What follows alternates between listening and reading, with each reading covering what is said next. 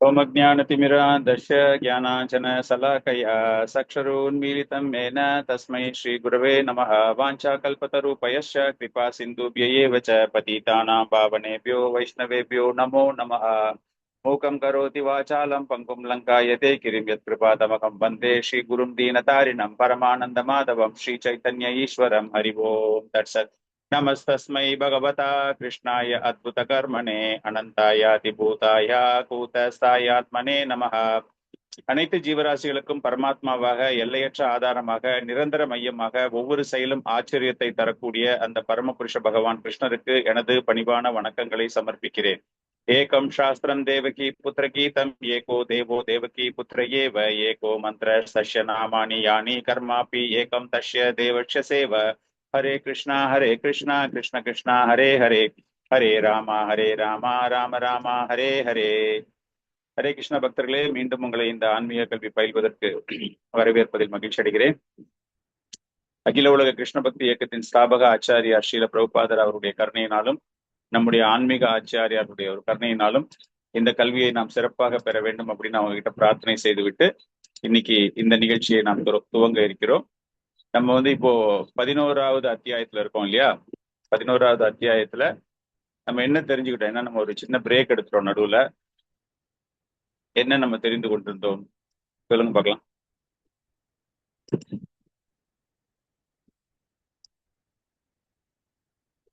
என்ன படிச்சோம் கடைசியா 11th சாப்டர்ல? மறந்துட்டீங்களா? பகவான் விஸ்வரூப தரிசனம் காட்டினாரு. அதை யாரெல்லாம் பார்த்தாங்க அப்படின்னு சொல்லி நீங்க பீஷ்மரு, அர்ஜுனன், அப்புறம் உத்தங்க பார்த்தது, எதுக்காக விஸ்வரூபம் காட்டினாரு அப்படின்றது, கால அவர் சஞ்சயன் அவருக்கு அர்ஜுனனோட விஷனை பத்தி எக்ஸ்பிளைன் பண்றாரு பிரபு. அதுக்கப்புறம் இவரு அவர் தன் காலம்னு அவரே சொல்றாரு, நான் தான் எல்லாத்துக்கும் காரணமா இருக்கேன் அப்படின்னு சொல்றாரு. நானே அழிக்கிறவங்க எல்லாமே சொல்றேன், 2 சைடுல இருக்கவங்களையும் நான் தான் அழிக்க போறேன் அப்படிங்கிறாரு. அதுக்கப்புறம் அர்ஜுனனோட பிரேயர்ஸ் கொஞ்சம் பார்த்தோம் பிரபு. அவரு ஒரு நாள் உன்னை நண்பனா இப்படி எல்லாம் வச்சுட்டேன், என்ன மன்னிச்சுக்கோ அப்படின்னு சொல்லி அவரு கேக்குறாரு. அப்புறம் அவரு அந்த யூனிவர்சல் ஃபார்ம் பார்த்துட்டு அவரு பேசுறாரு அதை பத்தி. அவரு இப்படி ஃப்ரெண்டா இது பண்ணேன்றாரு. அப்புறம் அவரோட 2 ஆர்ம்ஸ் பத்தி கேக்குறாரு பிரபு. யூனிவர்சல் ஃபார்ம் விஸ்வரூபத்துல வேற என்ன ஃபார்ம் காமிச்சாரு? அவரு கால இது காமிச்சார் பிரபு. கால ரூபம் காமிச்சாரு இல்லையா? ஆமா. அதெல்லாம் பார்த்த உடனே அர்ஜுனனுக்கு என்ன ஆயிடுச்சு? அவர் மேல ரொம்ப பெரிய மரியாதை. காரணம், அது வரைக்கும் அவன் ஒரு நண்பராக பார்த்து கொண்டிருந்தான்.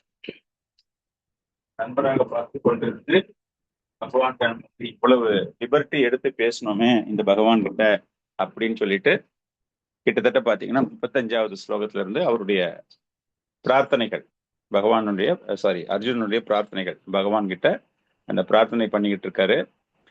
நம்ம இன்னும் அந்த போர்ஷன் முடிக்கல. அந்த பிரார்த்தனை பண்ணிக்கிட்டு இருக்கும்போது இப்போ அவர் பகவானிடம் மன்னிப்பு கேட்கிறார். அந்த மன்னிப்பு கேட்கக்கூடிய விஷயம்தான் நம்ம இப்ப பார்க்க போறோம். ஸோ நம்ம இப்போ 43வது ஸ்லோகத்துல இருக்கோம். நம்ம 43வது ஸ்லோகம். பிதாசி லோகஸ்ய சராச்சரஸ்ய த்வம் அஸ்ய பூஜ்யஸ்ய ச குருர் காரியான் நத்வத் சமோ அஸ்தி அப்யாதிகா குதோ அன்யோ லோகத்ராயே அபி அபரிதமா பிரபவா.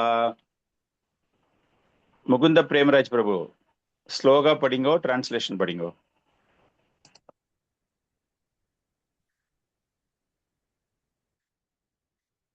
இல்லையா? அவரு ஆன் பண்ணிட்டீங்க இருக்காரா?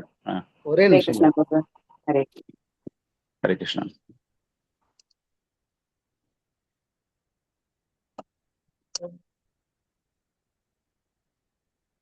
அகில மாதாஜி, உங்ககிட்ட புக் இருந்தா படிங்க மாதாஜி. டிரான்ஸ்லேஷன் ஸ்லோகா பிளஸ் இது. ஓகே.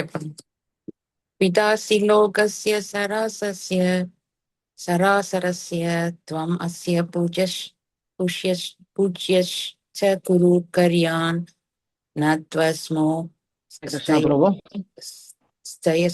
நெக்ஸ்ட் படிக்கலாம் பிரபு. மாதாஜி படிச்சிட்டு நெக்ஸ்ட் படிக்கலாம். குதோன்ய லோகத்ரயே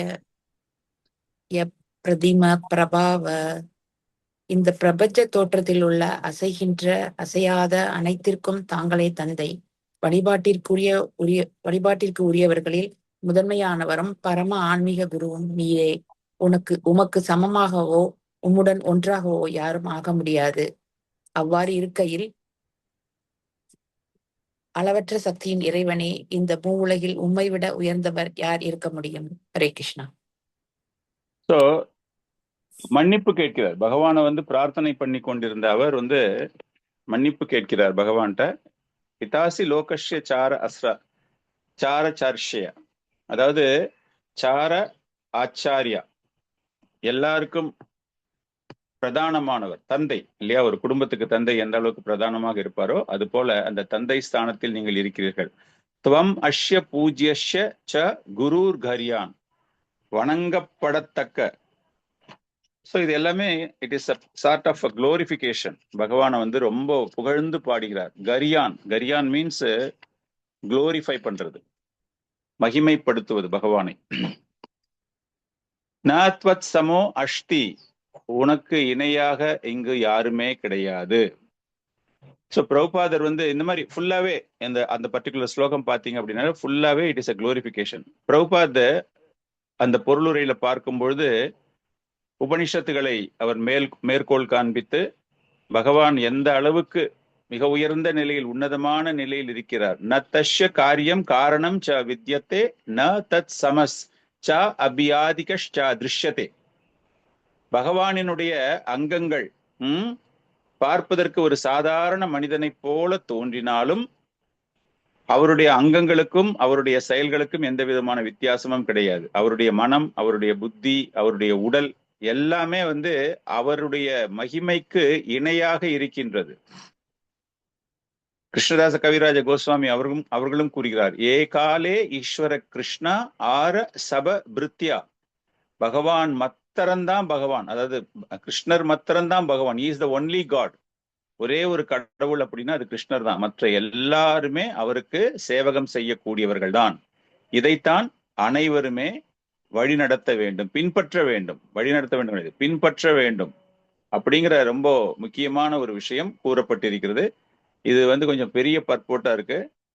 தினகரன் பிரபு, நீங்க ஃபர்ஸ்ட் 2 பேராகிராஃப் படிங்க. தினகரன் பிரபு, மாலினி மாதாஜி அதுக்கப்புறமா படிங்க.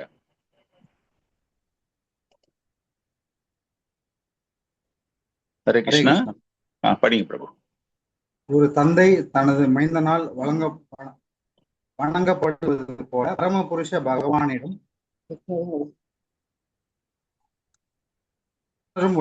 வழிபாட்டுக்குரியவர் ஆவார். ஆன்மீக குரு ஏனெனில் பிரம்மாவிற்கு ஆதி வேத ஞானத்தை கொடுத்து வரும் தற்போது அர்ஜுனனுக்கு பகவத்கீதையை உபதேசித்து வருவதே அவரே. ஆதலால் அவரே ஆன்மீகத்தின் ஆதி குரு. மேலும் தற்போதைய காலகட்டத்திற்கு அங்கீகரிக்கப்பட்ட ஆன்மீக குரு என்பவர் கிருஷ்ணரிடமிருந்து தொடங்கும் சீட பரம்பரையின் வழியில் வருபவராக இருக்க வேண்டும். கிருஷ்ணருடைய பிரதிநிதியாக இல்லாமல் திவ்யமான விஷயங்களை கற்றுத்தரும் ஆசிரியராகவோ ஆன்மீக குருவாகவோ எவரும் ஆக முடியாது.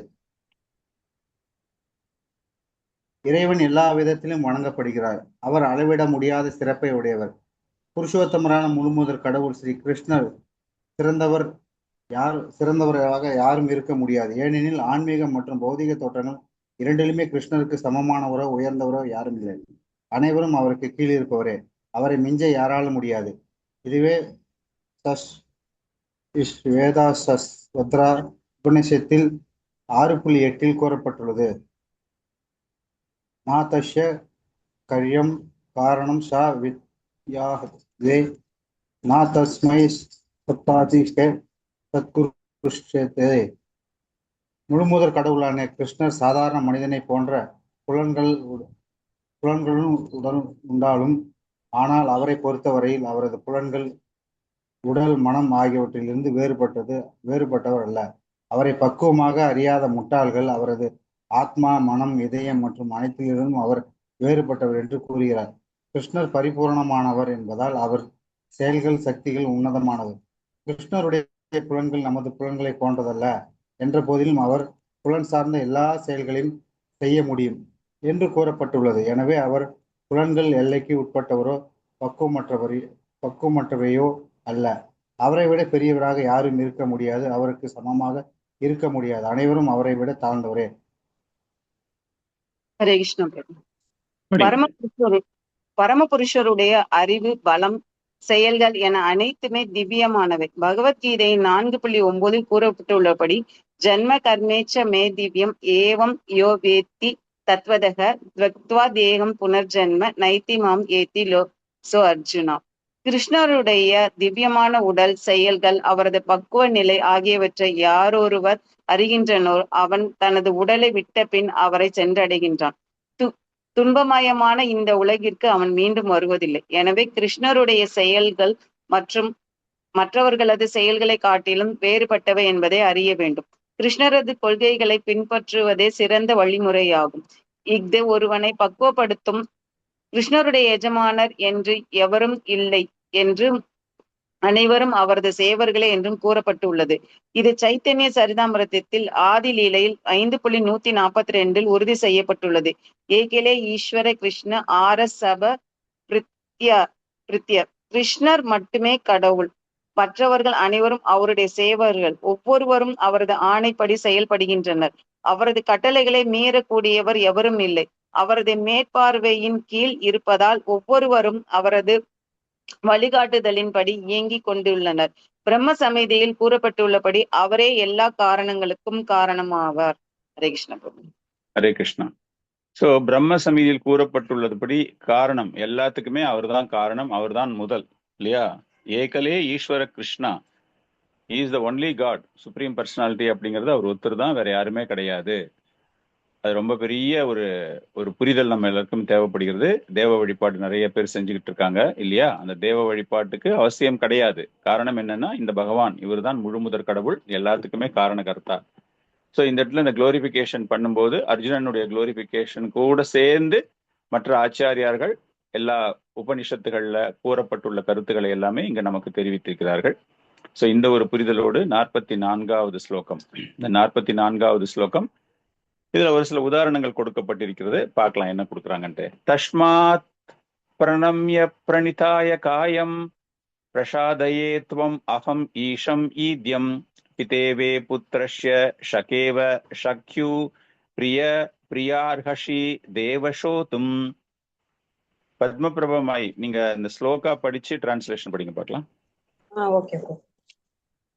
தஸ்மாத் பிரணம்ய பிரணிதாய காயம் பிரசாதேய இத்வம் அகம் ஈஷம் ஈட்யம் பிதாவே புத்திரஸ்ய ஷகேவ ஷக்யோ பிரிய பிரியாயார் ஹசி தேவ சோடும். பொருளுரை: ஒவ்வொரு உயிர் வாழியாலும் வணங்கப்பட வேண்டிய பரமபுருஷர் நீரே. எனவே நான் எனது மரியாதைக்குரிய வணக்கங்களை கீழே விழுந்து சமர்ப்பித்து உமது கருணையை வேண்டுகிறேன். எவ்வாறு தந்தை தனது மகனுடைய குற்றங்களையும் நண்பனுடைய குற்றங்களையும் கணவன் மனைவியினுடைய குற்றங்களையும் பொறுத்து கொள்கிறார்களோ அதுபோல என்னுடைய தவறுகள் அனைத்தையும் தாங்கள் பொறுத்து அருள்வீராக. ஹரே கிருஷ்ணா. கீழே விழுந்து, அதாவது தண்டவத் பிரணாம் சொல்றோம் இல்லையா, அந்த மாதிரி பகவானிடம் அவர் பிரார்த்தனை செய்கிறார். இந்த இடத்துல கம்ப்ளீட்டா மன்னிப்பு கேட்டுக்கொண்டிருக்கிறார். தரையில் விழுந்து உங்களுடைய கருணை எனக்கு தேவை அப்படின்னு ஒரு பிச்சை எடுந்தா எப்படி இருக்கும், நான் செய்த அனைத்து விதமான தவறுகளையும் என்னை மன்னித்து அருள வேண்டும் அப்படின்னு அவர் அங்க ரொம்ப மனமுருகி பகவானை வேண்டிக் கொண்டிருக்கிறார். ஸோ இந்த இடத்துல அந்த ஸ்லோகத்துல பாத்தீங்க அப்படின்னா 3 வகையான உறவுகள். காரணம் என்ன அப்படின்னா, அர்ஜுனனுக்கும் பகவானுக்கும் உள்ள உறவு எப்படி, ஒரு நண்பர்கள் சாக்கிய ரசத்துல இருக்காங்க 2 பேருமே, இல்லையா? ஆனா இந்த இடத்துல அவர் மன்னிப்பு கேட்பது, பகவான் மன்னிக்கிறார். அந்த குணம் எப்படிப்பட்ட ஒரு குணம் அப்படின்னு பார்க்கும்போது 3 வகையான ஒரு உறவு முறைகள்.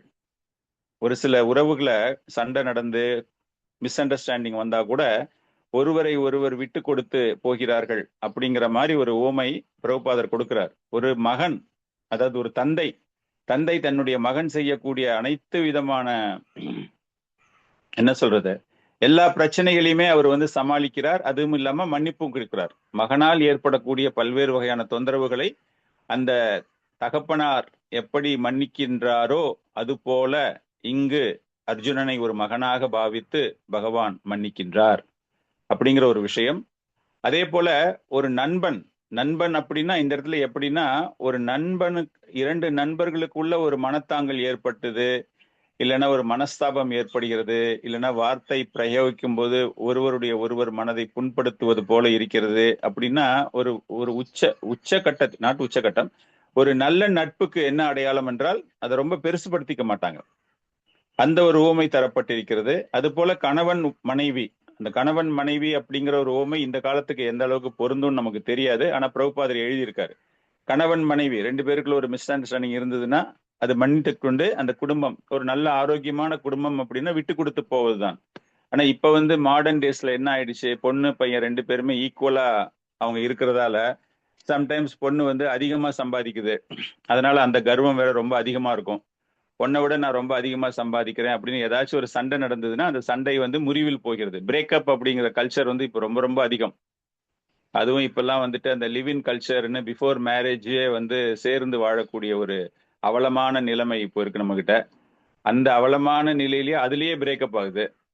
2 பேரும் கல்யாணத்துக்கு முன்னாடியே ஒன்னா இருக்கலாம்னு பார்க்கும்போது அப்படின்னா அந்த உறவுக்கு ஒரு புனிதத்துவமே இல்லை.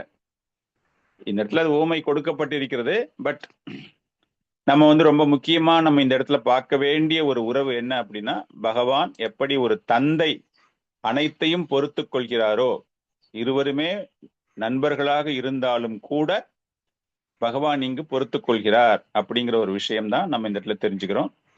45வது ஸ்லோகம்.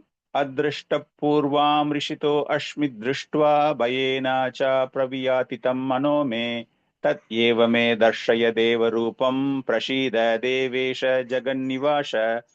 Krishna Karthika Balaka Prabhu, shloka plus translation please. Hare Krishna.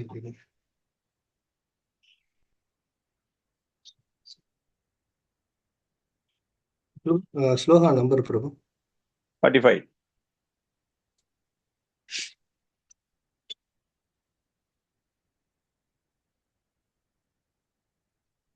நாற்பத்தி 11வது அத்தியாயம், விஸ்வரூபம்.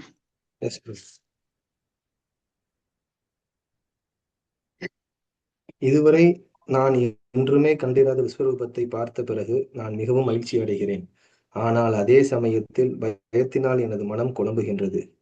எனவே தேவர்களின் இறைவனே, அகிலத்தின் அடையாளமே, என் மீது கருணை காட்டி மீண்டும் தங்களது தெய்வீக ரூபத்தை காட்டி அருள் புரிவீராக. ஸ்லோகா படிச்சுங்க.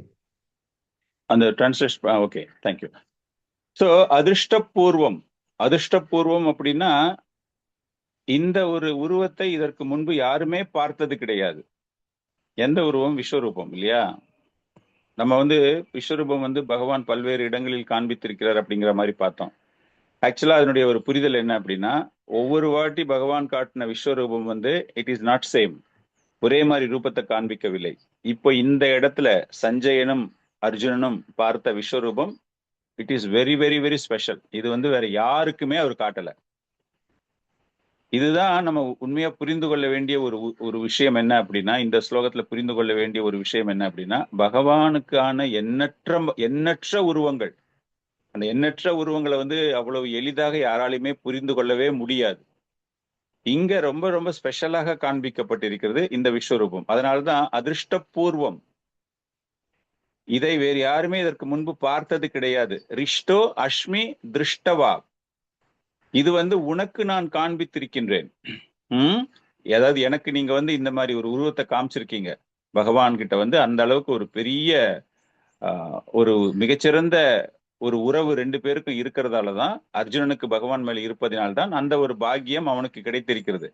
சஞ்சயனுக்கு அதுக்கு கூடவே கிடைச்சிருக்கு அப்படின்னா, சஞ்சயன் அந்த அளவுக்கு ஒரு ஆன்மீக ஆச்சாரியாருடைய ஒரு அனுகிரகம் இருந்ததினால்.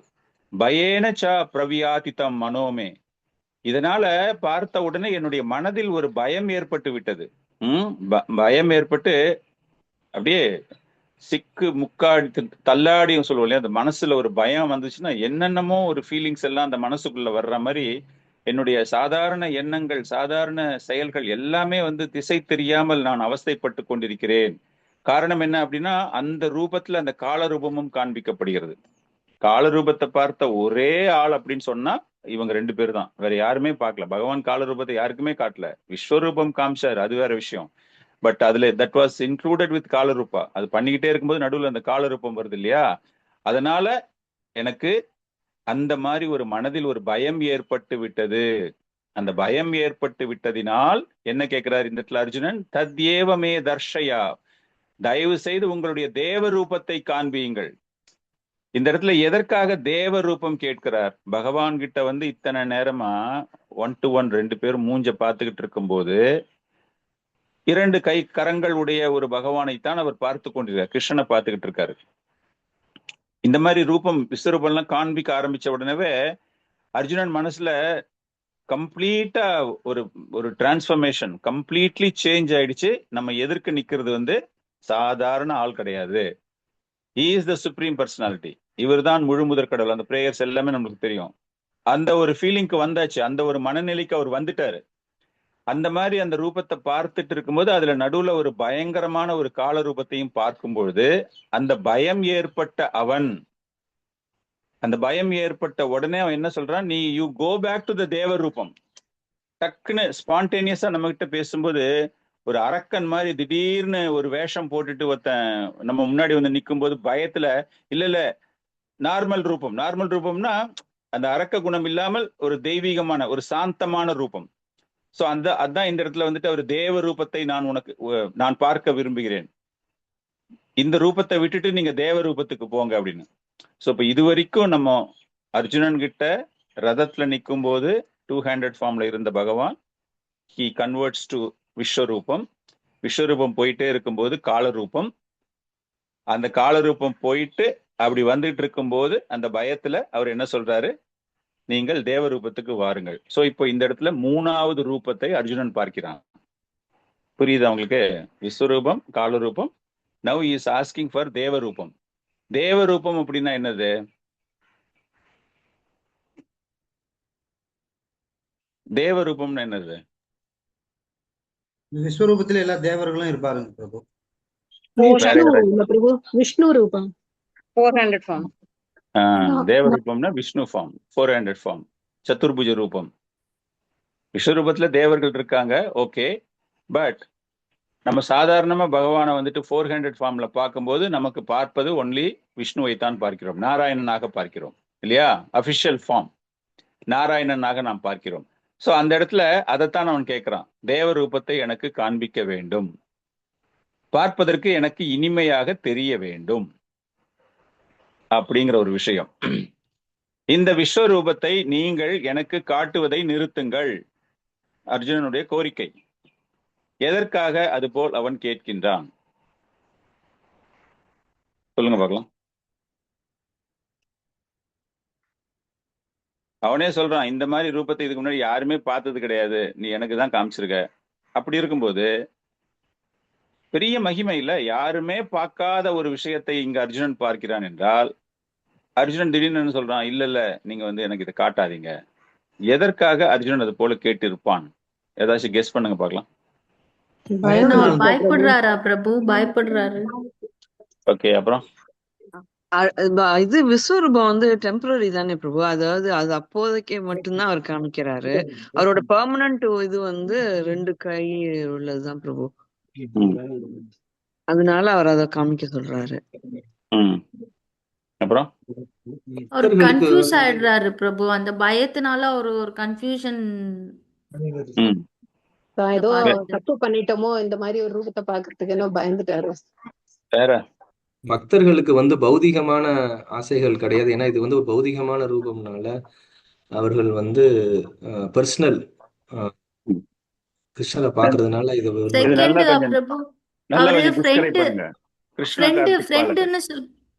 இல்ல கிருஷ்ண கார்த்திக பாலக, நீங்க almost you are understanding the point. இன்னும் கொஞ்சம் எக்ஸ்பிளைன் பண்ணுங்க. ஆக்சுவலா இந்த பௌதிக விராட் ரூபம்ங்கிறது நம்மளுடைய இந்த 14 லோகத்துடைய பிரிவு தான் அவர் காமிக்கிறாரு. ஆனா பக்தர்கள் அதையும் தாண்டி அவங்க ஆன்மீக லோகத்துல கிருஷ்ணருடைய 1 to 1 உறவுல இருக்கிறதுக்கு அவங்க விரும்புறாங்க, சேவை செய்ய விரும்புறாங்க. அதனால இந்த மாதிரியான அந்த பௌதிக ரோகத்துல பக்தர்கள் அட்ராக்ஷன் இருக்காது. சேவை செய்யறாங்க உறவு அப்படின்னா அது என்ன உறவு? அது நம்ம அந்த 5 விதமான உறவு, தாசியம், வாத்சல்யம், கிட்ட சரி. கிட்ட வரீங்க நீங்க. ஆக்சுவலா அவர் கேட்கறதுக்கான காரணம் என்ன அப்படின்னா, இந்த ரூபத்தில் பகவானிடம் நீங்கள் அந்த அன்பை செலுத்த முடியாது இல்லையா? அன்பை செலுத்த முடியுமா உங்களால? விஸ்வரூபத்துக்கிட்ட உங்களால அன்பை செலுத்த முடியுமா? இப்போ உங்க வீட்டுல வந்து முடியாது பிரபு. விஸ்வரூபம் போட்டோ ஒண்ணு இருக்கு. அந்த விஸ்வரூப போட்டோக்கு நீங்க டெய்லி ப்ரேயர் பண்ணும்போது உங்க மனநிலை எப்படி இருக்கும்? அதே பக்கத்துல ஒரு லட்டு கோபாலும் இருக்கு. லட்டு கோபாலுக்கு நீங்க ஒரு பிரார்த்தனை பண்ணும்போது எந்த மனநிலையில் நீங்க பண்ணுவீங்க? விஸ்வரூபத்துக்கு பண்ணும்போது எப்படி பண்ணுவீங்க? இல்ல விஸ்வரூபம்னா ஒரு நம்மள அறியாமலே ஒரு பயம் இருக்கும்ல, ஒரு ரெஸ்பெக்ட் பயம் இருக்கும் இல்லையா? வந்துடும் பிரபு. ஆமா பயம் பிரபு, வந்துடும் இல்லையா? பயம் அதே வந்துடும். லட்டு கோபால் ஜென்ரலா வரும்போது வீட்டுல வச்சுக்கிறதே இல்லையே பிரபு நம்ம விஸ்வரூபம் ஒரு கூட. ஒரு புரிதலுக்காக நான் சொல்றேன். அதே நம்ம வந்து லட்டு கோபால் வச்சிருக்கோம் அப்படின்னா, அப்போ ஆட்டோமேட்டிக்கா நம்மளுக்கு வந்துட்டு மேபி யூ வில் ஹேவ் வாத்சல்ய பாவா, இல்லைன்னா ரொம்ப ஒரு அன்பு, ரொம்ப பிரேமை, ஒரு குழந்தை மேல எந்த அளவுக்கு நம்ம பாசமா வச்சிருக்கோமோ அந்த மாதிரி ஒரு ஒரு மனநிலை மாறும். சோ இங்க அவன் கேட்பதற்கான ஒரு முக்கியமான காரணம் என்ன அப்படின்னா, என்னால் இந்த அன்பை இந்த ரூபத்தின் மீது செலுத்த முடியாது. அவனுக்கு வந்து அங்க பயம்லாம் கிடையாது. ஏன் பயம் இல்லை அப்படின்னா 11.32 வினோத் பிரபு அந்த 11.32ல அந்த ஸ்லோகத்தை படிங்க. ஸ்லோகமோ டிரான்ஸ்லேஷனோ படிங்க.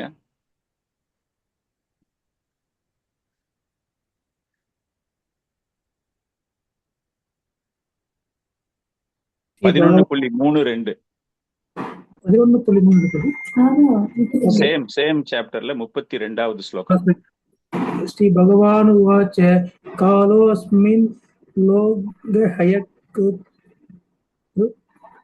प्रवृत्तितो लोकान् समाश्रयितुमिह प्रवृत्त हृदेऽपि त्वां न भविष्यन्ति सर्वे ये अष्टिदा प्रत्यनिष्केश योधः புருஷோத்தம கூறினார், காலம் நான் உலகங்களை அழிப்பவற்றில் மிகப் பெரியவன். எல்லா மக்களையும் அழிப்பதற்காக நான் வந்துள்ளேன்.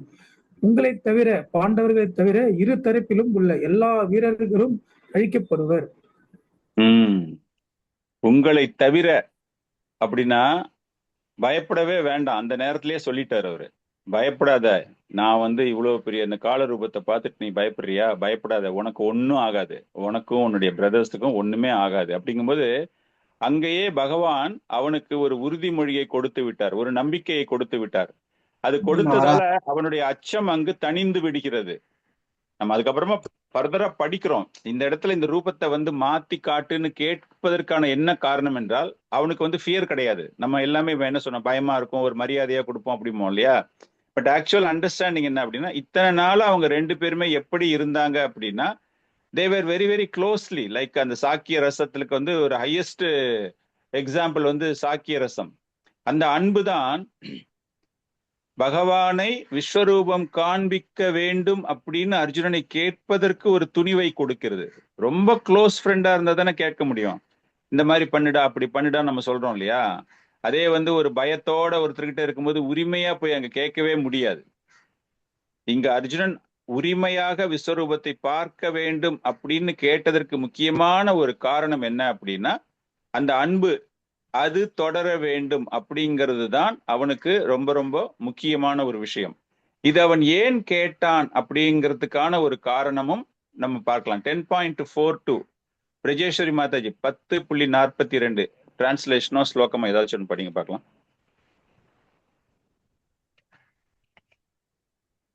சரி, ஒவ்வொரு ஸ்லோகத்துக்கும் ஒரு கனெக்ஷன் ஒன்று இருக்கு. நம்ம அப்படியே மேலோட படிச்சுட்டு போனா எதனால இது கேட்கப்பட்டது, எதனால இது பேசப்பட்டது அப்படிங்கறதெல்லாம் ஒரு பக்தி சாஸ்திரி ஸ்டூடெண்டா நம்ம தெரிஞ்சுக்கணும் இதெல்லாம். ஸோ இந்த ஒரு ஸ்லோகத்துக்கு எப்படி ஒரு கனெக்ஷன் இருக்கு, இந்த விஸ்வரூபத்தை அவர் ஏன் கேட்கிறாரு அப்படிங்கிறதுக்கு அந்த 10.42ல ஒரு ஆன்சர் நமக்கு கிடைக்கும்.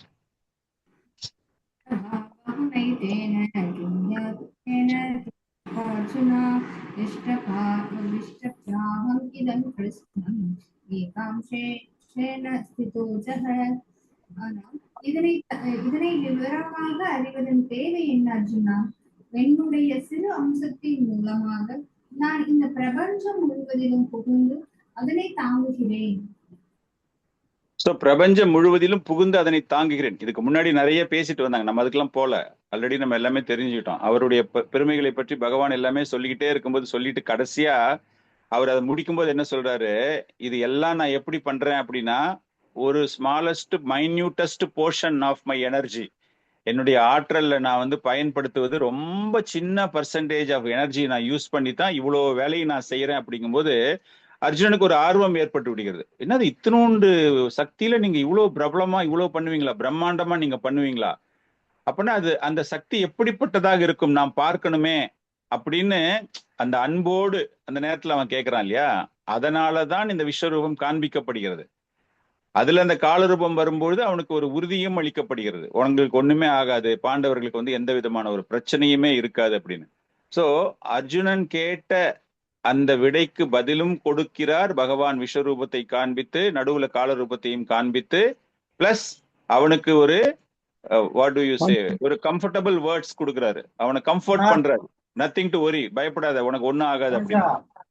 சோ அதனால இந்த இடத்துல அந்த ரூபத்தை நீ காட்டாத, you revert to your original position, உங்களுடைய பழைய நிலைக்கு நீங்கள் வாருங்கள் அப்படின்னு கேட்பதற்கு முக்கியமான காரணம் அப்படின்னா அந்த அன்பு ரசத்தை நான் வந்து பிரபு சொன்ன மாதிரி நம்ம அந்த அன்பு அப்படின்னா 5 ரசத்துல எப்படி வேணாலும் பண்ணலாம். பட் இந்த இடத்துல அர்ஜுனன் என்ன மாதிரி சொல்றாரு அப்படின்னா, he wanted to maintain that same Shakya rasam, that friendship நம்மளுக்கு வந்து இன்னும் கண்டினியூ ஆகணும் அப்படிங்கிற ஒரு விஷயம்தான். ஸோ இப்போ பகவான் அடுத்த ஸ்லோகத்துல வந்துட்டு அந்த சதுர்புஜ ரூபத்தை அவர் காண்பிக்க, இது படிச்சோமா, நம்ம பர்போட்டு படிச்சோமா? பிரஜேஸ்வரி மாதை பர்போட்டு படிச்சீங்களா? படிக்கல, படிங்க பார்க்கலாம். 45 பர்போட் ப்ளீஸ். அர்ஜுனன் எப்போதும் கிருஷ்ணருடன் நெருக்கமாக உள்ளார், ஏனெனில் அவருக்கு மிகவும் பிரியமான நண்பன். மேலும் ஒரு பிரியமான நண்பன் தனது நண்பனின் வைபவத்தை கண்டு மனம் மகிழ்வது போல தனது நண்பரான கிருஷ்ணரே பரமபுருஷ பகவான் என்பதிலும் அவரால் அத்தகைய அற்புதமான விஸ்வரூபத்தை காட்ட முடியும் என்பதிலும் அர்ஜுனன் மிகவும் மகிழ்ச்சியுற்றான். ஆனால் அதே சமயத்தில் அந்த விஸ்வரூபத்தை பார்த்த பின்னர் தனது கலங்கமற்ற நட்பினால் கிருஷ்ணருக்கு பற்பல அபராதங்களை தான் இழைத்து விட்டதாக பயப்படுகின்றான். அத்தகைய பயத்திற்கு காரணம் ஏதும் இல்லை என்ற போதிலும் அவனது மனம் பயத்தால் குழம்பியுள்ளது. எனவே நாராயண ரூபத்தை காட்டும்படி அர்ஜுனன் கிருஷ்ணரிடம் வேண்டுகிறான். ஏனெனில் அவரால் எந்த ரூபத்தையும் எடுக்க முடியும். இந்த பௌதிக உலகம் எவ்வாறு தற்காலிகமானதோ அவ்வாறே இந்த விஸ்வரூபமும் பௌதிகமானதும் தற்காலிகமானதும் ஆகும். ஆனால் வைகுண்ட லோகங்களில் அவர் தனது தெய்வீக ரூபத்தை 4 கரங்களுடன் நாராயணராக விளங்குகிறார். ஆனால் ஆன்மீகவானில் எண்ணற்ற லோகங்கள் இருக்கின்றன. கிருஷ்ணர் தனது விரிவங்கத்தின் மூலம் அவை ஒவ்வொன்றிலும் வெவ்வேறு பெயர்களுடன் வீற்றுள்ளார். இவ்வாறாக வைகுண்ட லோகங்களில் தோன்றுள்ள ரூபங்களில் ஒன்றினை காண அர்ஜுனன் விருப்பப்பட்டான். ஒவ்வொரு வைகுண்ட லோகத்திலும் நாராயணரின் ரூபம் 4 கரங்களுடன் உள்ள போதிலும் அந்த 4 கரங்களில் சங்கு, சக்கரம், கதை மற்றும் தாமரை அவர் தாங்கியுள்ள விதம் வேறுபடுகின்றது. இந்த 4 சின்னங்களை 4 கரங்களில் வைத்திருப்பதன் அடிப்படையில் நாராயணருக்கு வெவ்வேறு பெயர்கள் உள்ளன. இந்த ரூபங்களுக்கும் கிருஷ்ணருக்கும் வேறுபாடு இல்லை என்பதால் 4 கரங்களை உடைய ரூபத்தை காட்டுமாறு அர்ஜுனன் வேண்டுகிறார்.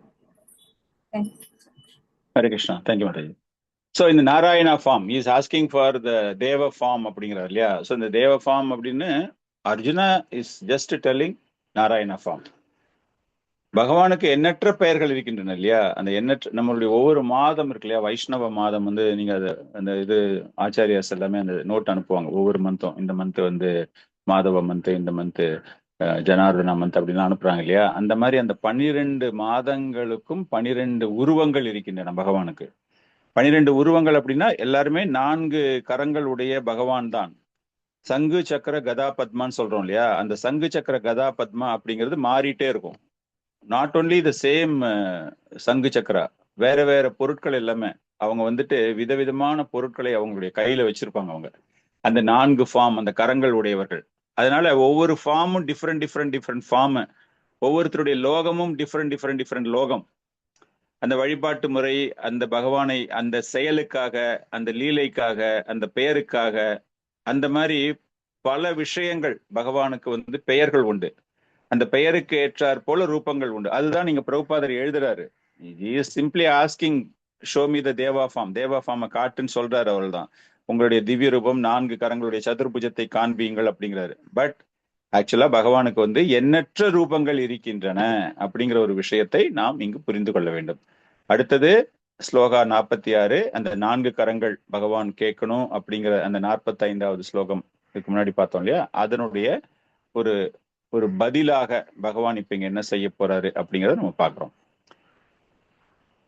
கிரீதினம் கதினம் சக்கரஹஸ்தம் இச்சாமி த்வாம் திரஷ்டும் அகம் ததைவ தேனைவ ரூபேன சதுர்புஜேன சஹஸ்ரபாஹோ பவ விஸ்வமூர்த்தே. முகுந்த பிரேமராஜ் பிரபு, ஸ்லோகா பிளஸ் டிரான்ஸ்லேஷன் படிங்க பிரபு. கிருஷ்ண பிரபு. क्रीडिनं कदिनं शक्रहस्तं इच्छामि त्वां द्रष्टुम् अहं तैव तेनैव रूपेण सदुर्भुजेन सहस्रबाहो भव विश्वमूर्ते. விஸ்வரூபம் 1000 கரங்களுடைய இறைவனே, தலையில் மகுடத்துடனும் கைகளில் சங்கு சக்கரம் கடை மற்றும் தாமரை மலருடனும் விளங்கும் உமது 4 கை உருவில் உம்மை காண நான் விரும்புகின்றேன். உம்மை அந்த ரூபத்தில் காண நான் பேராவல் கொண்டுள்ளேன். படிக்கலாம். சோ பகவான் ஆதாரம், ஆதி புருஷன், is the cause of everything. Okay, அவர்தான் பரம்பொருள், ஒரிஜினல் அவர்தான். அந்த பகவான் என்ன பண்றாரு அப்படின்னா எல்லா விதமான ரூபங்களுக்கும் ஆதாரமாக இருக்கிறார். So Krishna is the source of all forms. நம்ம எப்படி அவதாரங்கள், எல்லா அவதாரங்களுக்கும் அவர் காரணமாக இருக்கிறார், அவதாரியாக அவர் இருக்கிறார் நம்ம படிக்கிறோமோ, அது போல அந்த பிரம்ம சமிதை ஸ்லோகம் இங்கு காண்பிக்கப்படுகிறது. பொருளுரையில வந்து பிரபுபாதர் எழுதுறாரு இல்லையா, அந்த பிரம்ம சமிதை ஸ்லோகம். அந்த மாதிரி அந்த பல்வேறு வகையான உருவங்கள் எல்லாத்துக்குமே ஆதாரமாக இருப்பது அந்த பகவான் கிருஷ்ணர் தான் அப்படிங்கிற ஒரு விஷயத்தை இங்கு நாம் தெரிந்து கொள்ள வேண்டும். இதுல ஒவ்வொரு ரூபமுக்கே ஏதானும் ஒரு சிறப்பு அம்சங்கள் இருந்து கொண்டே இருக்கின்றன. ஒவ்வொரு ரூபம் பகவான் எடுக்கிறாரு அப்படின்னா அந்த எல்லா ரூபங்களுக்குமே ஒரு சிறப்பு இருந்து கொண்டே இருக்கும். அந்த பர்டிகுலர் வழிபாட்டாளர்கள் அந்த சிறப்பை அப்படியே அதை வச்சுட்டு தான் அவங்க டெவலப் பண்ணிக்கிட்டே போவாங்க பகவான் கிட்ட. ஸோ அதனால வந்து நம்ம கிருஷ்ணரை தான் வணங்கணுமா, மற்ற ஃபார்ம்ஸ் எல்லாம் வணங்கணுமா அப்படின்லாம் அந்த கன்ஃபியூஷன்லாம் வாண்டவே வேண்டாம். நம்ம இஸ்கான் அப்படின்னு பிரபுபாதர் சொல்றது, சைத்தன்ய மகாபிரபு சொல்றது அப்படிங்கும்போது கிருஷ்ணரை தான் நாம் வழிபட வேண்டும். மற்ற ஃபார்ம்ஸை நம்ம வழிபடுவது தவறுன்னு நான் சொல்ல வரல. இந்த இடத்துல நமக்கு ஆதாரமாக இருப்பவர் பகவான் கிருஷ்ணர் அப்படின்னு தெரிஞ்சிடுச்சுன்னா நம்மளுடைய வழிபாட்டு முறை முழுக்க முழுக்க கிருஷ்ணருக்காக இருக்க வேண்டும்.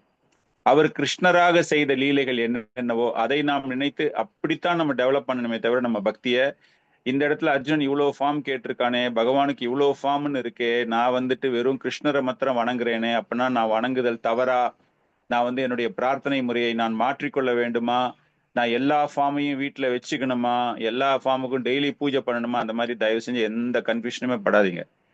நம்ம இங்க என்ன தெரிஞ்சுக்க வரோம் அப்படின்னா பகவானுக்கு உள்ள இந்த எண்ணற்ற மகிமைகள், எண்ணற்ற வாட் டு யூ சே திறமைகள்னு கூட சொல்லுங்களேன். He is having so much of potency. என்ன வேணாலும் அவர் பண்ணுவாரு. அதுதான் இங்கு நிரூபிக்கப்படுகிறது. அதைத்தான் இங்கு பகவான் அந்த 400 ஃபார்ம் அப்படிங்கும்போது it is a common terminology. இசேஸ் அந்த சத்துர் ரூபத்துல பகவான் கிருஷ்ணர் அப்படிங்கிறது ஒரே ஒரு ஃபார்ம் தான். ஷாமசுந்தர ஃபார்ம் அது ஒண்ணுதான் அவருக்கு, வேற ஒண்ணுமே கிடையாது. எப்பவுமே கையில ஃப்ளூட்டை வச்சுட்டு இருப்பாரு இல்லையா, அதுதான் அவருடைய ஃபார்ம், ஒரிஜினல் ஃபார்ம். அதுதான். மற்றது எல்லாமே அவர் வந்துட்டு ஒரு சினிமா ஹீரோவுக்கு பல ரோல்ல பல வேஷம் போடுற மாதிரி he will take different ரூபாஸ். ஸோ தட் ஷுட் பி அவர் அண்டர்ஸ்டாண்டிங். சசிகலா மாதாஜி இப்போ அந்த ஃபுல் பர்போர்ட் படிங்க பார்க்கலாம். 46 உடைய பர்போர்ட். ஹரே கிருஷ்ண. பிரம்ம சம்ஹிதையில் 5.39 ராமாதி மூர்த்திஷு கலா நியமேன திஷ்டன். இறைவன் ஆயிரக்கணக்கான உருவங்களில் நித்தியமாக வீற்றுள்ளார் என்றும் ராமர், நரசிம்மர், நாராயணர் போன்ற உருவங்கள் அவற்றில் முக்கியமானவை என்றும் கூறப்பட்டுள்ளது. ஆன்மீக உலகில் எண்ணிலடங்காத உருவங்கள் உள்ளன.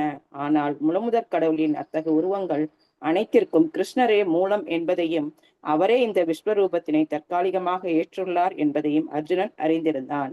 எனவே அவரது ஆன்மீக ரூபமான நாராயண உருவத்தை காண அவன் தற்போது வேண்டுகின்றான். பரமபுருஷ பகவானின் மூல ரூபம் கிருஷ்ணரே என்றும் அவரிடமிருந்தே மற்ற அனைத்து விஷ்ணு ரூபங்களும் தோன்றின என்றும் ஸ்ரீமத் பாகவதத்தில் கூறியிருப்பதை இந்த ஸ்லோகம் உறுதிப்படுத்துகின்றது. அவர் தனது சுய விரிவுகளிலிருந்து வேறுபட்டவர் அல்ல. அவரது எண்ணற்ற உருவங்கள் எல்லாவற்றிலும் அவர் இறைவனாகவே விளங்குகிறார். மேலும் தனது எல்லா ரூபத்திலும் அவர் இளைஞனை போன்றே பொலிவுடன் விளங்குகின்றார். இதுவே புருஷோத்தமனான முழுமுதற் கடவுளின் நித்தியமான தோற்றம். கிருஷ்ணரை அறிபவன் ஜட உலகின் கலகங்கள் எல்லாவற்றிலிருந்தும் உடனே விடுபடுகின்றான். ஹரே கிருஷ்ணா பிரபு. தேங்க்யூ பிரபு. ஹரே கிருஷ்ணா. அந்த கடைசியில் எழுதியிருக்காரு பார்த்தீங்களா, எப்பொழுதுமே அவர் பொலிவுடன் ஒரு இளைஞனை போல தோன்றுகிறார். அதுதான் புருஷோத்தமரனுடைய நித்தியமான ரூபம். ஸோ கிருஷ்ணா அந்த ஃபார்ம் நம்ம வந்துட்டு நம்மளுடைய ஆச்சாரியர் நமக்கு சொல்லியிருக்காங்க இல்லையா, அந்த ஷாமசுந்தரா ஃபார்ம், அதுதான் நமக்கு வந்து வழிபடுவதற்கான ஃபார்ம் ஒரு பக்தர்களுக்கு, குறிப்பாக இந்த இயக்கத்துல இருக்கிறவங்களுக்கு. அதனால மற்ற ஃபார்ம் எல்லாம் தவறு அப்படிங்கிற ஒரு புரிதலே கிடையாது. எல்லா ஃபார்முமே எடுத்துக்கலாம். பட் நம்ம வந்துட்டு அந்த மூலத்திற்கு, அந்த ஆதாரத்திற்கு நாம் பக்தர்களாக சேவகம் செய்து கொண்டிருக்கிறோம். ஓகே, இப்போ இந்த ஃபார்மை வந்து காட்டு அப்படின்னு சொல்றதுக்காக இப்போ பகவான் வந்து அந்த விஸ்வரூபத்தை உள்ளிழுத்துக் கொள்கிறார். எப்படி வந்து ஒரு ஆமை தன்னுடைய கால்களை எல்லாம் வெளியே போட்டு அது ஒரு சைஸ், ஒரு 4 கால் இருக்கிற மாதிரி ஒரு ஒரு ஒரு உருவத்தை காமிச்சுக்கிட்டு அதையெல்லாம் உள்ளிழுத்து அந்த வெறும் ஓடு மாத்திரம் தெரிகிற மாதிரி அந்த ஃபார்ம் அது காட்டுதோ, அது போல இப்ப பகவான் என்ன பண்ண போறாரு, அந்த ரூபங்களை முழுக்க உள்ளிழுத்து கொண்டு எப்பொழுதுமே அர்ஜுனனால் பார்த்த அந்த 2 கைகளுடைய ரூபத்திற்கு மாறப்போகிறார். இப்ப 47 55 வரைக்கும் ஸ்லோகங்கள் லாஸ்ட் செட், இந்த அத்தியாயம் முடிவதற்கான கடைசி தொகுப்பு ஸ்லோகங்கள் எல்லாமே. அதுல முதல் 2 ஸ்லோகங்கள் 47 48 வந்து பகவான் அந்த விஸ்வரூபத்தை எடுத்துக்கொள்வது. அதன் பிறகு பகவான் என்னெல்லாம் பண்ண போறாரு, அந்த 2 கைகள் உடையது பகவானுக்கு வந்து அந்த 4 ஆர்ம்டு ஃபார்ம், அந்த சத்துர்புஜ ரூபம் அப்படின்னு சொல்றாரு இல்லையா, அந்த யூனிவர்சல் போன உடனே அந்த அர்ஜுனன் கேட்டுக்கொண்டது போல அந்த சத்துர்புஜ ரூபம் அவனுக்கு காண்பிக்கப்பட போகிறது. அதன் பிறகு மீண்டும் அர்ஜுனன் ஒரு விண்ணப்பம் வைக்க போகிறான், எனக்கு இது கூட வேண்டாம், you can go back to your original form அப்படின்னு. அது அங்க வரப்போகுது. அதன் பிறகு அந்த 2-handed ஃபார்மை யாரெல்லாம் பார்க்கலாம், பக்தர்களுக்கு எப்படி இருக்கும், அதை பார்ப்பதற்கு எந்த மாதிரி பக்தி பயிற்சிலாம் செய்ய வேண்டும் அப்படிங்கிறத விளக்கக்கூடிய ஸ்லோகங்கள். ஸோ இது வந்து லாஸ்ட் போர்ஷன் ஆஃப் இந்த சாப்டர் 47 to 55. இப்போ 47வது ஸ்லோகத்துல பகவான் அவன் வேண்டுகோளுக்கு இணங்க அந்த விஸ்வரூபத்தை மாற்றப் போகிறார். ஸ்ரீ பகவானுவாச்ச மயா பிரசன்னேன த்வ அர்ஜுனேதம் ரூபம் பரம் தர்ஷிதம் ஆத்மயோகாத் தேஜோமயம் விஸ்வம் அனந்தம் ஆத்யம் யன்மே த்வத் அன்யேன ந திருஷ்ட பூர்வம். Sivakami Mataji, shloka plus translation.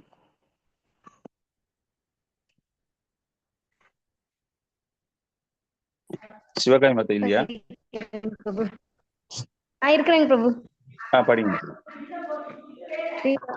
ஸ்ரீ பகவான் உவாச்ச மாய பிரஸ்னேன தவர்ஷுனேதம் ரூபம் பரம் தர்ஷினதம் ஆத்மயோகத் தேஜோமயம் விஸ்வம் அனந்தாத்யம் யன்மேத்வம் அன்யேன திருஷ்டபூர்வம்.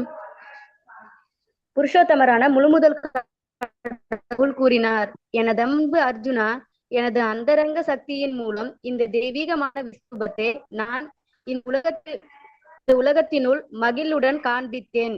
எல்லையற்றதும் பிரகாசமிக்கதுமான இந்த ஆதி ரூபத்தை இதற்கு முன் உன்னை தவிர வேறு யாரும் கண்டதில்லை. வேறு யாரும் கண்டதில்லை. இந்த பண்றதுக்கு முன்னாடி பகவான் வந்து ஆச்சாரியர்கள் ரொம்ப நகைச்சுவையாக எழுதுறாங்க. ரொம்ப கிண்டலா பகவான் வந்து அர்ஜுனனை பார்த்து கேட்கிறான், அர்ஜுனா நீதான்டா கேட்ட உருவத்தை காட்ட சொல்லி, இப்ப என்ன பயந்துட்டியா, இந்த ஃபார்ம் நீ பார்க்க வேண்டாம்னு பயந்துட்டியா? இது வந்து அந்த அளவுக்கு எல்லாரும் பார்த்த ஒரு உருவம் கிடையாது. நான் வந்து உனக்கு ரொம்ப ரொம்ப ஸ்பெஷலா காமிச்சிருக்கேன். இப்ப ஏன் திடீர்னு வேண்டாங்கிற, பயந்துட்டியா அப்படின்னு ஒரு கிண்டலா பகவான் கேட்கிறாராம். கேட்டுட்டு சரி சரி நீ பயந்துட வேண்டாம், நான் வந்து உனக்கு நீ ஆசைப்பட்ட மாதிரியே உன்னுடைய அந்த சதுர்புஜ ரூபத்தை நான் உனக்கு காண்பிக்கிறேன் அப்படின்னு அவர் காட்டுறாரு. அதுதான் இந்த ஸ்லோகத்துல முக்கியமா நம்ம தெரிஞ்சுக்க உள்ள ஒரு விஷயம். அது சொல்லும் போது அவர் சொல்கிறார், இந்த ரூபம் எப்படின்னா என்னுடைய அந்தரங்க சக்தியின் மூலமாக. இது வந்து சாதாரணமான ஒரு விஷயம் கிடையாது. மனிதர்களால் what do you mean by ஊகப்படுத்தி இந்த ரூபத்தை மனிதர்களால் நினைக்க முடியாது. த்ரூ மென்டல் ஸ்பெகுலேஷன், மன ஊகத்தின் அடிப்படையில் இந்த ரூபத்தை அவர்களால் வர்ணிக்க இயலாது, அவர்களால் பார்க்க முடியாது, அவர்களால் புரிந்து கொள்ள முடியாது. இது வந்து அந்த மாதிரி ஒரு சாதாரணமான ஒரு ரூபம் கிடையாது. இது என்னுடைய அந்தரங்க சக்தி. அந்த அளவுக்கு அந்தரங்க சக்தி is a very powerful shakti of the Bhagavan. நம்ம எல்லாருக்குமே தெரியும் இல்லையா, கிளாதினி சக்தின்னு சொல்றோம் இல்லையா, அந்த அந்தரங்க சக்தி பகவானுக்கு இருக்கிற பெஸ்ட் பவர் இஸ், அந்த பவரை நான் யூஸ் பண்ணி இந்த ரூபத்தை நான் வந்து இப்ப எடுத்துன்னு வந்திருக்கேன். நீ ஆசைப்பட்ட மாதிரியே இப்ப அந்த ரூபத்தை நான் உனக்கு மாற்றி உனக்கு நான் சதுர்புஜ ரூபத்தை காட்டுறேன் அப்படின்னு சொல்லிட்டு அவர் சொல்றாரு. நடுவில் சொல்லும்போது நம்ம ஆல்ரெடி பார்த்துட்டோம். இது வந்து ஈவன் துரியோதனன் கூட பார்த்தது கிடையாது. துரியோதனனுக்கு வந்துட்டு அந்த நேரத்துல நமக்கு தெரியும் இல்லையா, அந்த ராஜசபையில வந்து இந்த யுத்தத்தை எப்படியாச்சும் நிறுத்தணும் அப்படின்னு பகவான் அங்க வந்து ஒரு தூதுவனாக போகும்பொழுது ஒரு மெசஞ்சரா போறாரு பகவான் பாண்டவர்களுக்காக. அங்க போயிட்டு அந்த நேரத்துல இந்த விஸ்வரூபத்தை காமிச்சு அதனால அவங்களுக்கு ஒரு பயம் வந்து எங்க சண்டை போட மாட்டேன்னு சொல்லுவானோ அப்படிங்கிற ஒரு நம்பிக்கையில போய் அவர் அந்த மாதிரி செய்யறாரு. ஈவன் திருதராஷனுக்கு கூட குருடனாக இருந்தாலும் கூட ஒரு சொல்ப நேரம், க்ஷணம் கூட கிடையாது, ரொம்ப ஃபிராக்ஷன் ஆஃப் அ செகண்ட் அவனுக்கு வந்து அந்த கண் பார்வையை கொடுத்து அதுல பாக்குற மாதிரி பண்ணிட்டு திரும்ப அவனுக்கு கண் பார்வை போயிடுது. பிளஸ் துரோணாச்சாரியர் அங்க இருக்காரு, பிதாமா இருக்காங்க, பீஷ்ம பிதாமா இருக்காங்க, இவங்க எல்லாருமே பாக்குறாங்க அந்த நேரத்துல. பட் துரியோதனனுக்கு வந்து ஒண்ணுமே புரியவே இல்லை அவனுக்கு அந்த நேரத்துல. அதை வந்து அவன் சரியா பார்த்து புரிஞ்சுக்கிட்டானா இதுதான் சுப்ரீம் பர்சனாலிட்டி அப்படிங்கிற ஒரு தாட் எல்லாமே இல்லாம ஏதோ மாயாவாதி வந்து உருவத்தை மாத்தி காட்டுறான் அப்படிங்கிற மாதிரி தான் அவனுடைய மனநிலை இருந்தது. சோ அதனாலதான் பகவான் இங்க சொல்றாரு, இதை புரிந்து கொள்ளக்கூடிய பக்குவம் பக்தர்களுக்கு தான் இருக்கும். பல்வேறு வகையான ரூபங்கள் என்கிட்ட இருந்தாலும் துரியோதனனுக்கு நான் காமிச்சாலும் கூட அதை அவனால புரிந்து கொள்ள முடியாது. ஒரு பக்தியில இருக்கிறவங்களால மாத்திரம்தான் அர்ஜுனனுக்கு பகவான் காண்பித்த அந்த உருவத்தை பற்றி புரிந்து கொள்ள முடியும் அப்படிங்கிறதையும் இங்கு ஆச்சாரியார்கள் கூறுகிறார்கள். சோ அடுத்த ஸ்லோகம் 48. இது வந்து பக்தியால மாத்திரம்தான் ஆச்சாரியர்கள் வந்து வர்ணிக்க ஆரம்பித்து விட்டார்கள் போன ஸ்லோகத்திலேயே. அந்த பக்தியின் மூலமாக மட்டும்தான் இது அனைத்தையுமே தெரிந்து கொள்ள முடியும் அப்படிங்கிற ஒரு விஷயம். சோ 47 ஒரு பொருளுரை படிங்க பார்க்கலாம். தினகரன் பிரபு படிங்க பார்க்கலாம். 47 பர்போட்.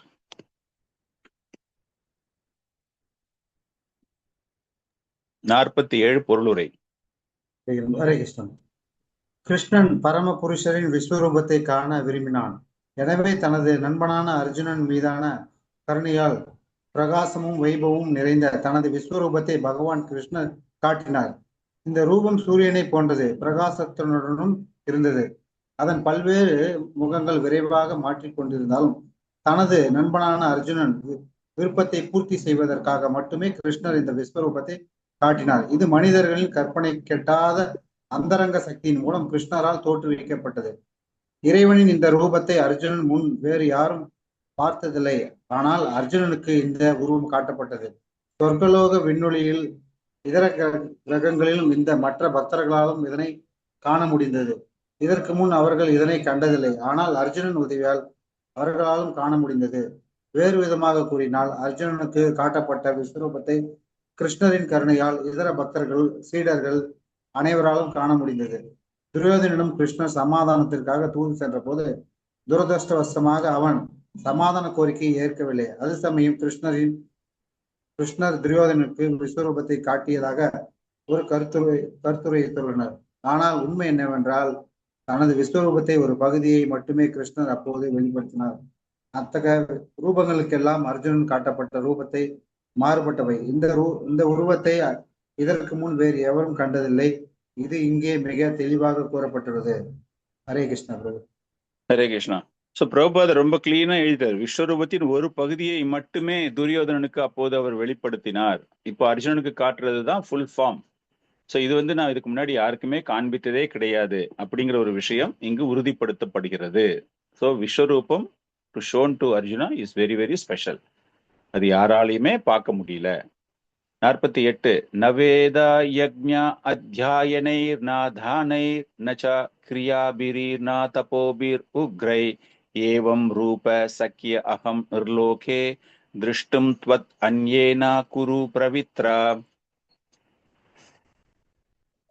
புவனேஸ்வரி மாதாஜி ஸ்லோகா படிங்க, ட்ரை பண்ணுங்க. ஸ்லோகா படிச்சுட்டு டிரான்ஸ்லேஷன் பண்ணுங்க. ஹரே கிருஷ்ணா. न वेद यज्ञत यनेन न तानेन च कृप्यात् न तपयोर न तपोभिर उग्रैः एवं रूप शक्य अहं लोक द्रष्टुं तवत् अन्येन कुरु प्रविवीर. குரு வம்ச வீரர்களில் சிறந்தவனே, எனது இந்த விஸ்வரூபத்தை உனக்கு முன் யாரும் என்றும் கண்டதில்லை. ஏனெனில் வேதங்களை படிப்பதாலோ யாகங்களை செய்வதாலோ தானங்களோ புண்ணிய செயல்களாலோ கடும் தவங்களாலோ எனது இந்த உருவத்தை ஜட உலகில் காண்பது என்பது இயலாததாகும். ஹரே கிருஷ்ணா. அந்யேன குரு பிரபிரே, உன்னை தவிர வேறு யாரும் இந்த உருவத்தை பார்த்தது கிடையாது. இது என்னுடைய கருணையினால் மட்டுமே உனக்கு இந்த பாக்கியம் கிடைத்திருக்கிறது. சோ இந்த திவ்யமான ரூபத்தை யாரெல்லாம் காண முடியும்? பக்தி அப்படின்னு பேசுறாரு இல்லையா, பக்தர்களாக இருப்பவர்களால் மட்டும்தான். இப்ப திரும்ப விஸ்வரூபத்தை எங்கேயாச்சும் காட்டுவாரா அப்படின்னு அப்படி ஒரு அர்த்தம் கிடையாது இந்த இடத்துல. அது பக்தனாக இருந்ததினால் அர்ஜுனன் பிளஸ் தேவர்கள். பிரபுபாதர் அந்த பர்போட்ல எழுதும்போது தேவர்கள், காரணம் என்னன்னா அந்த விஸ்வரூபத்தை அவர் காட்டுறாரு அப்படிங்கும்போது எல்லா பிரபஞ்சங்களையும் அது தாண்டி சென்று கொண்டிருக்கிறது. அவ்வளவு பெரிய உயரமான ஒரு உடல் அது. சோ எல்லா பிரபஞ்சங்களையும் அவர் தாண்டி சென்று கொண்டிருக்கும் பொழுது, எல்லா லோகங்களையும் தாண்டி இல்லையா, எல்லாத்தையுமே தாண்டி அதோடைய அவ்வளவு உயரமா அது வளர்ந்து போய் கொண்டிருக்கும் பொழுது அங்க இருக்கிற தேவர்கள் பக்தர்களாக இருந்ததினால் அவர்கள் காண முடிந்தது. ஆனா பக்தர்கள் இந்த உருவத்தை காண விரும்புவது கிடையாது. காரணம் என்ன அப்படின்னா, மற்றவர்களுக்கு பக்தர்களுக்கு நம்மளுக்கு தெரியும் அந்த 200 ஃபார்ம் பகவானுக்கு அந்த அன்பு பரிமாற்றம், அந்த மாதிரி ஒரு நிலைதான், மனநிலைதான் அவர்கள் விரும்புவதனால் அவங்களுக்கு இது ஆசை கிடையாது. அவங்களுக்கு மற்றவர்கள் என்ன தகுதி இருந்தாலும் பார்க்க முடியாது. அதுக்குத்தான் அவர் சொல்றாரு, வேத யக்ஞா, நீங்கள் பெரிய பெரிய யாகங்கள் செய்வதனாலோ அல்லது அத்தியாயனை, வேதங்கள் சாஸ்திரங்கள் படிப்பதனாலோ, தானை நீங்கள் தானம் கொடுப்பதாலோ, கிரியாபி, கிரியா மீன்ஸ் புண்ணிய செயல்கள் நீங்கள் செய்வதினாலோ, இல்லையா நீங்கள் அருவவாதியாக தியானத்தில் இருந்தாலோ, அருவவாதிகளுக்கு நிச்சயமாவே அந்த உருவமே கிடையாது. அதனால அருவவாதிகள் அவங்களாலையும் இந்த ரூபத்தை பார்க்க முடியாது. கடவுள் நம்பிக்கையற்றவர்கள் அவங்களாலையுமே நிச்சயமா முடியாது. அதே போல இன்னொரு முக்கியமான ஒரு விஷயம் என்ன அப்படின்னா, நிறைய அவதாரங்கள், போலி அவதாரங்களை பற்றி மக்கள் பேசுகிறார்கள் இல்லையா, அதெல்லாம் கூட இங்க முறியடிக்கப்படுகிறது. ஒரு சில பேர் பகவான் அப்படின்னு பார்க்கும்போது ஒரு சில சமயங்களில் தவறான கருத்துகள், பகவான் கிருஷ்ணரையே அவங்க ஒரு அவதாரமாகத்தான் எடுத்துக்கொள்வார்களே தவிர அவதாரியாக எடுத்துக்கொள்ள மாட்டார்கள். நாராயணனிலிருந்து தான் பகவான் வந்தாரு அப்படிங்கிற மாதிரிலாம் ஒரு சில சம்பிரதாயங்கள்ல அவங்க எல்லாருக்குமே விளக்கி கொண்டிருப்பார்கள். நாராயணன் தான் supreme, Krishna is coming from Narayana அப்படிங்கிற மாதிரி. அருவவாதிகளை எடுத்துக்கிட்டீங்க அப்படின்னா, அருவத்திலிருந்து தான் ஒரு உருவம் வருகிறது, அந்த உருவம் தான் கிருஷ்ணர். அந்த உருவம் தற்காலிகமாக இருக்கும், அதன் பிறகு அது அருவத்தோடு சேர்ந்து விடும் அப்படிங்கிறது அந்த மாயாவாத கொள்கைகள். சோ இதெல்லாமே முறியடிக்கப்படுகிறது இங்க. பகவான் அந்த ரூபத்தை எப்படி வேணாலும் அந்த அந்தரங்க சக்தி மூலமாக அவர் எடுக்கிறார் அப்படிங்கிற ஒரு விஷயம்தான் நம்ம இங்க புரிந்து கொள்கிறோம். இப்போ அந்த கண் பார்வை, அந்த கண் பார்வை கொடுத்து அந்த ரூபம் பார்க்கப்பட்டது இல்லையா, அந்த பார்வையையும் அவர் இப்ப எடுத்துக்கொள்கிறார். அதை எடுத்துட்டு சாதாரணமான ஒரு பார்வைக்கு அவன் மீண்டு வருகிறான். அந்த ஸ்லோகம் 49வது ஸ்லோகம். அந்த ஸ்லோகம் 48 இது படிச்சீங்களா? பர்போட் இஸ் பிக் பர்போட்டா? ஓகே, ஒரு 2 பேர் படிங்க. யார் 2 பேர்? ஜெயலட்சுமி மாதாஜி புக்கு இருக்கா? தமிழ் புத்தகம் இருக்கா? ஃபர்ஸ்ட் 2 பேராகிராஃப் படிங்க பார்க்கலாம். ஸ்லோகா நம்பர் 48ல முதல் 2 பேராகிராஃப் நீங்க படிங்க. அதுக்கப்புறமா மங்கள் நித்தாய் பிரபு லாஸ்ட் 2 பேராகிராஃப்ஸ் நீங்க படிங்க. பொருளுரை வழங்கியவர் ராச பக்தி வேதாந்த சுவாமி சில பிரபுபாதாக்கி ஜெய். இங்கு தெய்வீக பார்வை என்பதை தெளிவாக புரிந்து கொள்ள வேண்டும். இத்தகைய தெய்வீக பார்வையை யாரால் பெற முடியும்? தெய்வீகம் என்றால் திவ்யமானது என்று பொருள். தேவர்களை போன்ற தெய்வீக நிலையை அடையாமல் ஒருவன் தெய்வீக பார்வையை அடைய முடியாது. தேவர்கள் என்றால் யார்? வேத இலக்கியங்களில் பகவான் விஷ்ணுவின் பக்தர்களே தேவர்கள் என்று குறிப்பிடப்பட்டுள்ளது. விஷ்ணு பக்த ஸ்மிருது தெய்வ. விஷ்ணுவின் மேல் நம்பிக்கையில்லாத நாத்திகர்கள் அல்லது கிருஷ்ணரின் அருவ பகுதியையே பரம்பொருளாக எண்ணுபவர்கள் தெய்வீக பார்வையை பெற முடியாது. கிருஷ்ணரை இகழ்பவர்கள் தெய்வீக பார்வையுடன் இருப்பது சாத்தியமல்ல. தெய்வீக நிலையை அடையாமல் தெய்வீக பார்வையை அடைய முடியாது. வேறு விதமாக கூறினால், தெய்வீக பார்வையுடைய மற்ற நபர்களும் அர்ஜுனனை போன்று பார்க்க முடியும். விஸ்வரூபத்தை பற்றிய வர்ணனை பகவத்கீதையில் கொடுக்கப்பட்டுள்ளது. அர்ஜுனனுக்கு முன் இந்த விவரங்கள் யாருக்கும் தெரியாது. ஆனால் தற்போது இந்த நிகழ்ச்சிக்கு பின் விஸ்வரூபத்தை பற்றிய தகவல்கள் சிலவற்றை ஒருவன் அறிய முடியும். உண்மையிலேயே தெய்வீக நிலையில் இருப்பவர்கள் இறைவனுடைய விஸ்வரூபத்தை காண முடியும். ஆனால் கிருஷ்ணரது தூய பக்தனாக ஆகாமல் தெய்வீக நிலையை அடைய முடியாது. இருப்பினும் உண்மையான தெய்வீக இயல்பில் இருப்பவர்களும் தெய்வீக பார்வையை உடையவர்களுமான பக்தர்களோ இறைவனின் விஸ்வரூபத்தை காண்பதில் அவ்வளவு விருப்பமுடையவர்கள் அல்ல. அர்ஜுனன் பகவான் கிருஷ்ணரை 4 கரங்களுடன் விஷ்ணுவின் ரூபத்தில் காண விரும்பினான் என்பதும் விஸ்வரூபத்தை கண்டதால் உண்மையில் அச்சமுற்று இருந்தான் என்பதும் முந்தைய ஸ்லோகத்தில் விவரிக்கப்பட்டது. ஹரே கிருஷ்ணா. மங்கள் நிதாய் பிரபு, நெக்ஸ்ட் 2 பேராகிராஃப் படிங்க பிரபு.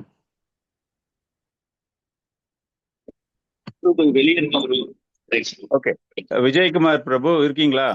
நிஷாந்தி மாதாஜி, விஜயகுமார் இருந்த படிங்க பாப்போம். எஸ் பிரபு, படிங்க பார்க்கலாம். இந்த ஸ்லோகத்தில் வேத யக்ஞா யயனை போன்ற சில முக்கியமான சொற்கள் உள்ளன. இச்சொல் வேத இலக்கியங்களையும் யாக நெறிகளையும் கற்பதை குறிக்கின்றது. வேதம் என்றால் 4 வேதங்கள்: ரிக், யஜூர், சாம, அதர்வ, 18 புராணங்கள், உபனிஷதங்கள். வேத சூத்திரம் முதலிய எல்லாவித வேத இலக்கியங்களையும் குறிக்கும். இவற்றை ஒருவன் வீட்டிலோ வேறு எங்கோ கூட கற்கலாம். அதுபோலவே யாக நெறிகளை கற்பதற்கு கல்ப சூத்திரங்கள், மீமாம்ச சூத்திரங்கள் என சூத்திரங்கள் உள்ளன. தானை எனும் சொல் பொருத்தமான நபர்களுக்கு, அதாவது இறைவனின் திவ்யமான அன்பு தொண்டில் ஈடுபட்டு இருக்கும் அந்தணர்கள், வைஷ்ணவர்கள் முதலியோருக்கு தானம் வழங்குவதை குறிக்கும். அதுபோல புண்ணிய செயல்கள் என்பது பல்வேறு ஜாதிகளுக்கேற்ப நியமிக்கப்பட்டுள்ள கடமைகளையும் அக்னிஹோத்திரம் முதலிய குறிக்கிறது. மேலும் உடல் ரீதியிலான கஷ்டங்களை விரும்பி ஏற்பது தபஸ்யா எனப்படும். எனவே உடலில் கஷ்டங்களை ஏற்றல், தானமளித்தல், வேதங்களை கற்றல் முதலிய பல செயல்களை ஒருவன் செய்யலாம். ஆனால் அவன் அர்ஜுனனை போன்ற பக்தனாக இல்லாவிடில் விஸ்வரூபத்தை காண்பது சாத்தியமல்ல. அருவாவாதிகள் இறைவனது விஸ்வரூபத்தை காண்பதாக கற்பனை செய்து கொண்டிருக்கின்றனர். ஆனால் அருவாவாதிகள் பக்தர்கள் அல்ல என்பதை நாம் பகவத்கீதையிலிருந்து புரிந்து கொள்கின்றோம். எனவே அவர்களால் இறைவனது விஸ்வரூபத்தை காண இயலாது. அவதாரங்களை படைக்கும் நபர்கள் பலர் இருக்கின்றனர். இவர்கள் சாதாரண மனிதனையும் அவதாரமாக அறிவிக்கின்றனர். ஆனால் இவையெல்லாம் முட்டாள்தனமே. பகவத்கீதையின் கொள்கைகளை நாம் பின்பற்ற வேண்டும். இல்லாவிடில் பக்குவமான ஆன்மீக ஞானத்தை அடைவது சாத்தியமல்ல. பகவத்கீதை இறைவனை பற்றிய விஞ்ஞானத்தின் ஆரம்ப கல்வியாக கருதப்பட்டாலும் இது மிகவும் பக்குவமானதாக இருப்பதால் எது எப்படிப்பட்டது என்பதை பகுத்து அறிவதற்கு இது மிகவும் உதவுகின்றது.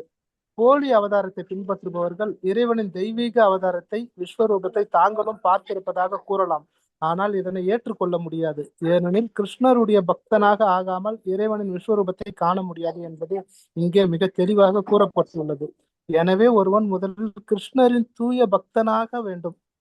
அதன் பின் தான் கண்ட விஸ்வரூபத்தை தன்னால் காட்ட முடியும் என்று அவன் அறிவிக்க முடியும். போலி அவதாரங்களையும் அந்த போலி அவதாரங்களை பின்பற்றுவோரையும் கிருஷ்ண பக்தனால் ஏற்றுக்கொள்ள முடியாது. ஹரே கிருஷ்ணா. சோ கிருஷ்ண பக்தர்களால் மட்டும்தான் முடியும் அந்த பக்தி. இப்ப இந்த இடத்துல அர்ஜுனன் பார்ப்பதற்கான ஒரு முக்கியமான காரணம் என்ன அப்படின்னா, அந்த பக்தனாக, மிகச்சிறந்த ஒரு பக்தனாக அவன் இருந்ததினால். இப்ப அடுத்த ஸ்லோகத்துல அந்த பகவான் அந்த கண் பார்வை அவனுக்கு ஒரு ஸ்பெஷல் டிவைன் விஷன் கொடுத்தார் இல்லையா, அந்த டிவைன் விஷன் அது திரும்ப எடுத்துக்கொள்ளப்பட போகுது. மாதே வியாதமாச்சா விமுதா பாவோ திருஷ்டுவா ரூபம் கோரம் இத்ருன் மமேதம் வியாபேதபி பிரீத மனா புனஷ்த்வாம் தத்யேவ மே ரூபம் இதம் பிரபஷ்ய. சுஜிதா மாதாஜி, ஸ்லோகா பிளஸ் டிரான்ஸ்லேஷன் படிங்க பார்க்கலாம். ஹரே கிருஷ்ண. மாதே விதமாச்சா விமுடா பாவோ திருஷ்டாவோ ரூபம் கோரம் இத்ரு மாமேதம் வியாபேதபி பிரீதா மனோ புனஸ்த்வம் தத்யேவ மே ரூபம் இதம் பிரபஷ்ய.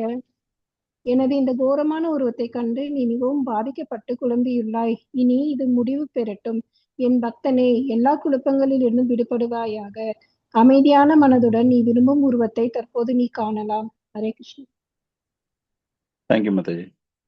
சோ பகவான் இந்த கண்கள், அதாவது இந்த கோரமான உருவத்தை நீ பார்த்துட்ட இல்லையா, அது உன் மனசுல ஒரு பெரிய பாதிப்பை ஏற்பட்டிருக்கு இல்லையா, அதனால அந்த பார்வை இத்தோடு முடியட்டும். ஸோ பகவான் இப்ப என்ன சொல்றாரு அப்படின்னா, இந்த கண் பார்வை, இந்த சிறப்பு கண் பார்வையின் மூலமாக என்னுடைய விஸ்வரூபத்தை நீ காண்பித்தாய். இந்த விஸ்வரூபம் காண்பிக்கப்பட்டதற்கு ஒரு காரணம் என்னன்னு பார்த்தா, பீஷ்ம பிதாமா, துரோணாச்சாரியார் இவங்க எல்லாமே இந்த காட்டும் போது அந்த கால ரூபம் வந்தது இல்லையா?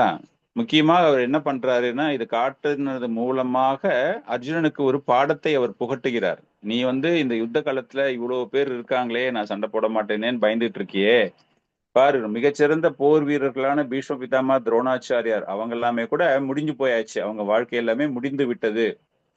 அவர்கள் அனைவருமே என்னால் கொல்லப்பட்டார்கள். எப்போ திரௌபதியினுடைய மானபங்கப்படுத்தும் போது அவர்கள் அங்கு இருந்தார்களோ அப்பொழுதே நான் முடிவு செய்து விட்டேன், இவர்களுக்கு அழிவு என்பது நிச்சயம். சோ அந்த வகையில இந்த இடத்துல அர்ஜுனுக்கு ஒரு மிகச்சிறந்த பக்தனாக இருப்பதினால் அவனுக்கு இந்த ரூபம் காண்பிக்கப்படுகிறது. விஸ்வரூபம் காட்டுறதுக்கும் ஒரு காரணம் இல்லையா? அவன் கேட்டா அது வேற விஷயம். ஆனா எல்லாமே பகவானுடைய லீலைகள் தான். சோ பகவான் இதை காண்பிப்பதற்கு என்ன காரணம் அப்படின்னு நம்ம பார்த்தோம் அப்படின்னா, அர்ஜுனனுக்கு தெளிவாக கூற வேண்டும். நீ as if ஒன்னால தான் இந்த யுத்தமே நடக்க போகுது அப்படிங்கிற ஒரு மனநிலையில் இல்லாமல், எல்லாத்துக்குமே காரணகர்த்தா பகவான் கிருஷ்ணர், அதாவது நான் தான் அப்படிங்கிற விஷயத்தை நீ புரிந்து கொள்ள வேண்டும். அப்படிங்கும்போது அந்த ரூபத்தை காண்பிக்கும் போது அவன் பார்க்கிறான் இல்லையா, எல்லாருமே அடிச்சுட்டு போறது எல்லாமே, அதன் மூலமாக அவனுக்கு அந்த ஒரு போதனை தரப்படுகிறது. இது ஒரு பாயிண்ட் நம்ம இந்த பார்வையில இந்த விஸ்வரூபத்துல அர்ஜுனனுக்கு தெரியப்படுத்திய ஒரு விஷயம். அதே போல பக்தர்கள் ஏன் இந்த விஸ்வரூபத்தின் மீது அந்த அளவுக்கு ஆர்வம் காட்டுவது கிடையாது? ஆல்ரெடி நம்ம டிஸ்கஸ் பண்ணிட்டோம். ஒரு மரியாதை கலந்த ஒரு பக்தி அப்படிங்கிறத விட அன்பு கலந்த ஒரு பக்தி அப்படிங்கிறது நிச்சயமாக முக்கியத்துவம் வாய்ந்ததாக இருக்கிறது. அவர்களுடைய அந்த அனுபவம், ஃபீலிங்ஸ்ன்னு சொல்லுவோம் இல்லையா? ஃபீலிங்ஸ்னா என்னது? அந்த மனதில் ஏற்படக்கூடியதை அவர்களால் தாராளமாக பகவானுக்கு ரெசிப்ரோகேஷன் சொல்லுவோம்ல, அந்த யூனிவர்சல் ஃபார்ம்ல, அந்த விஸ்வரூபத்துல அந்த ரெசிப்ரோகேஷன் பரிமாற்றம் செய்து கொள்வது, அந்த ரசத்தை பரிமாற்றம் செய்து கொள்வது சாத்தியம் கிடையாது. சோ ஒரு தூய்மையான பக்தர்கள், அன்பான பக்தர்கள் அப்படின்னா அந்த பரிமாற்றம், அன்பு பரிமாற்றம் என்பது இருக்கின்றது. அது நம்ம நிறைய பார்த்திருக்கோம். பகவான் கிருஷ்ணருடைய லீலையில பாத்தீங்கன்னா பக்த வத்சலன் அப்படின்னே பகவானை அழைக்கிறோம் இல்லையா? அப்படின்னா அந்த அன்பு பரிமாற்றம் எந்த அளவுக்கு ஒரு சுவையை பக்தர்களுக்கு தருகிறது, அந்த பக்தியினுடைய ஒரு உச்ச நிலை, அந்த பிரேமை நிலைக்கு அது அழைத்து செல்கிறது. அதனால பக்தர்களுக்கு இந்த ஒரு ரூபம் என்பது பிடிக்காது. அந்த ரசத்தை அவர்களால் அங்கு காண்பிக்க முடியாது அப்படிங்கிறதும் ஒரு புரிதல் நமக்கு. இந்த ஒரு புரிதலோடு இப்போ 50வது he is going to go for the சதுர்புஜ ரூபம். அப்புறமா he is coming for the சௌமிய ரூபா, சௌமிய வாப்பு. சௌமிய வாப்பு அப்படின்னா the two-handed form, அந்த சிறப்பை பற்றி அழகான ஒரு உருவம் சௌமியம், அதை பற்றி நாம் இப்போ தெரிந்து கொள்ள இருக்கிறோம். ஸ்லோகா நம்பர் 50. சஞ்சய உவாச இதி அர்ஜுனம் வாசுதேவஸ்ததோக்த்வா ஸ்வாகம் ரூபம் தர்ஷயம் ஆஷபூயः ஆஸ்வாஷ்யம் ஆசசாபிதம் ஏனம் பூத்வ புனா சௌமிய வபூர் மகாத்மா. பூத்வ புன சௌமிய வபூர் மகாத்மா. இந்த சௌமிய வபூர் இதான் அந்த அழகான உருவம். இந்த ஸ்லோகம் யாரு சொல்றா? சஞ்சயன் கூறுகிறான். சோ இது வரைக்கும் அங்க நடந்ததை எல்லாமே விவரித்து கொண்டிருக்கிறான் சஞ்சயன். இங்க இந்த மாதிரிலாம் நடந்துகிட்டு இருக்கு. ஏன்னா நம்மளுக்கு எல்லாருக்குமே தெரியும்ல, complete Bhagavad Gita is conversation between Sanjaya and Dhritarashtra. உண்மையா சொல்ல போனா பகவத்கீதை அவங்க 2 பேருக்கு நடக்கிற ஒரு சம்பாஷணை.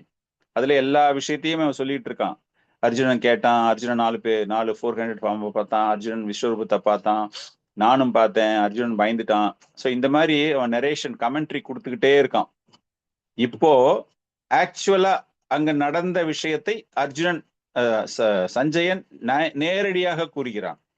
அர்ஜுனனுடைய ஒரு பிரதிநிதியாக இத்தனை விஷயங்களை கூறிக்கொண்டிருந்த சஞ்சயன் இப்பொழுது நேரடியாக அவனே அங்கு நடக்கக்கூடிய விஷயங்களை. சோ சஞ்சயோ வாச்சா அப்படின்னு வரும்போது நம்மளுடைய புரிதல் is no longer at this point of time he is not representing Arjuna, he is directly interacting with Dhritarashtra அப்படிங்கிற ஒரு புரிதல்.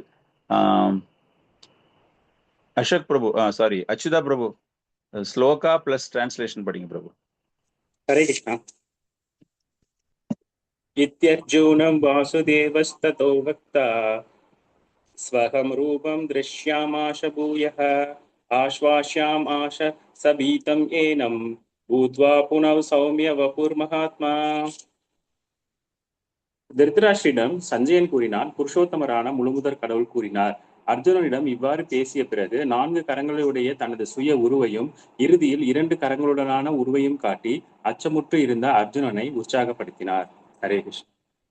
சௌமிய வாப்பு அப்படிங்கிறது ரொம்பவும் அழகான ஒரு ரூபம். பகவானுக்கு இருக்கிற ரூபத்திலேயே ரொம்ப அழகான ரூபம் அந்த சௌமியம். அந்த சதுர்புஜ ரூபத்துல இருந்துட்டு அந்த 2 ஹேண்டட் ஃபார்ம் ஷாமசுந்தர ரூபத்துக்கு அவர் வர்றாரே, அதுதான் ரொம்ப ரொம்ப அழகான ஒரு ரூபம் அப்படிங்கிற ஒரு விஷயம். பகவானுடைய உருவத்திலேயே ரொம்பவும் அழகு வாய்ந்தது இந்த ஒரு உருவம். ஏன் ரொம்ப அழகான ஒரு உருவம் அப்படிங்கிறதுக்கு பிரபுபாதர் எழுதுறாரு, பிரம்மசமிதார் எழுதுறாரு, பிரேமாஞ்சன சுரித்த பக்தி விலோச்சனேன சந்த சதைவ ஹிருதயேஷு விலக்கயந்தி எம் ஷாம சுந்தரம் அச்சிந்திய குணஸ்வரூபம் கோவிந்தம் ஆதி புருஷம் தமகம் பஜாமி. எம் ஷாம சுந்தரம் அச்சிந்திய குணஸ்வரூபம். அவர் அங்க பிரார்த்தனை செய்து கொண்டிருக்கிறார். பிரம்மதேவன் பிரார்த்தனை செய்து கொண்டிருக்கும் போது அப்ப அவர் என்ன சொல்றாரு அப்படின்னா, எல்லாமே நீங்க தான், பிரதானமான கடவுள், முக்கியமான கடவுள், முதல் கடவுள், பரம்பொருள் எல்லாமே நீங்க தான். உங்களுக்கு எண்ணற்ற குணங்கள் இருக்கின்றன, புரிந்து கொள்ள முடியாத ஆற்றல்கள் இருக்கின்றன, எல்லாமே சொல்லிட்டு அந்த ஷாமசுந்தர ஃபார்ம் தான் ரொம்ப இனிமையான ஃபார்ம், என்னுடைய இதயத்தில் வீற்றிருக்கக்கூடியது.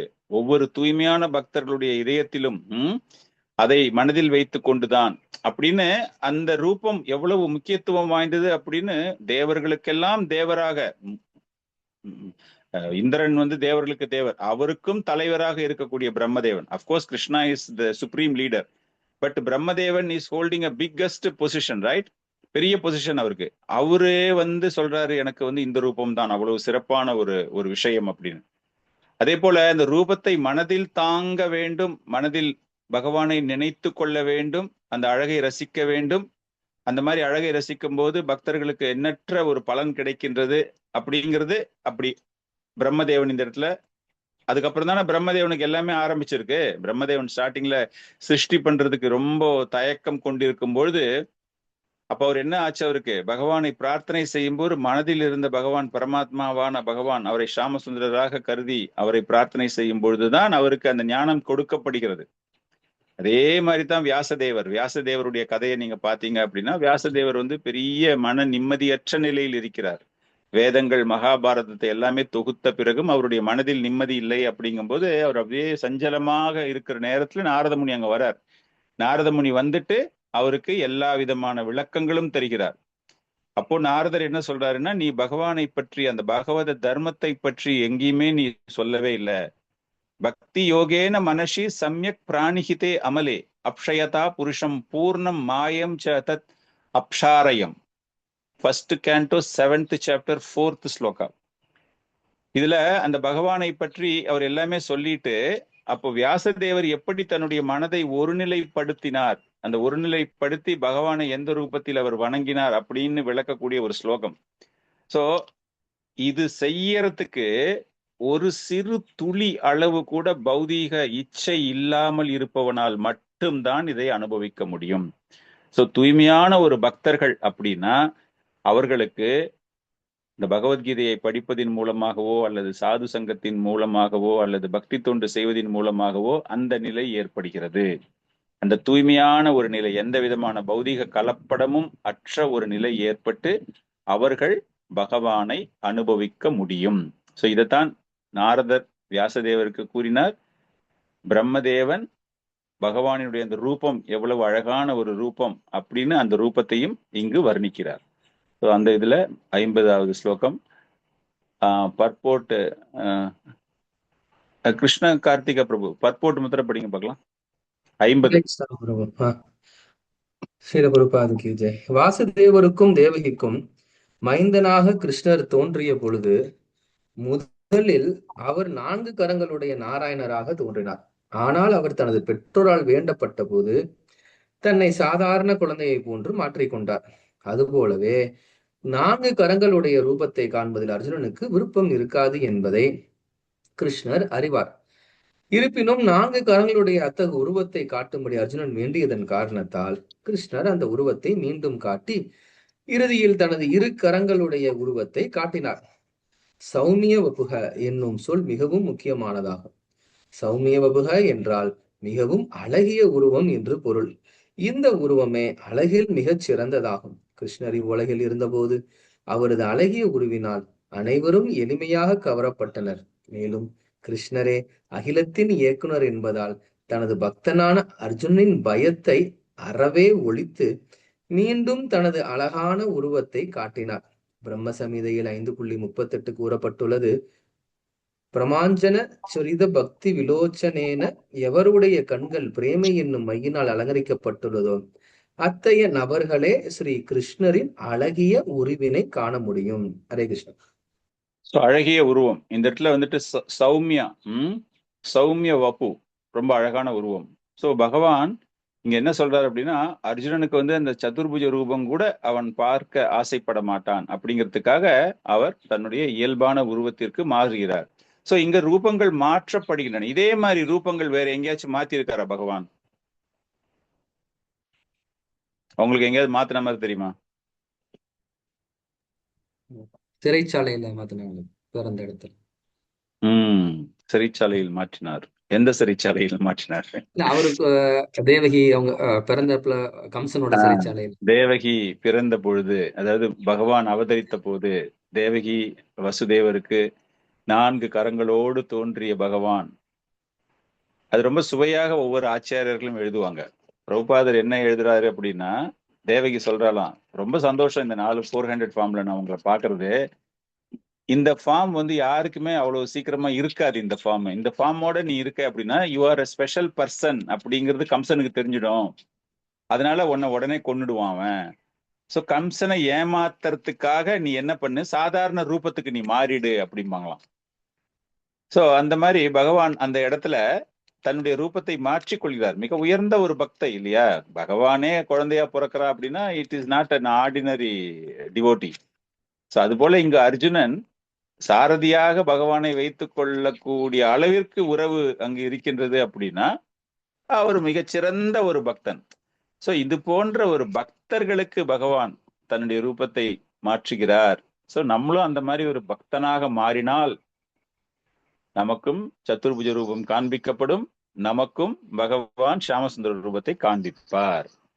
அடுத்தது இதை எல்லாமே பார்த்த உடனே அர்ஜுனன் எப்படி மன அமைதி அடைகிறான், பகவான் தன்னுடைய 2 கரங்களை காண்பித்த போது அவன் எப்படி மனம் அமைதி அடைகிறான் அப்படிங்கிற ஒரு விஷயம் இந்த ஸ்லோகத்துல.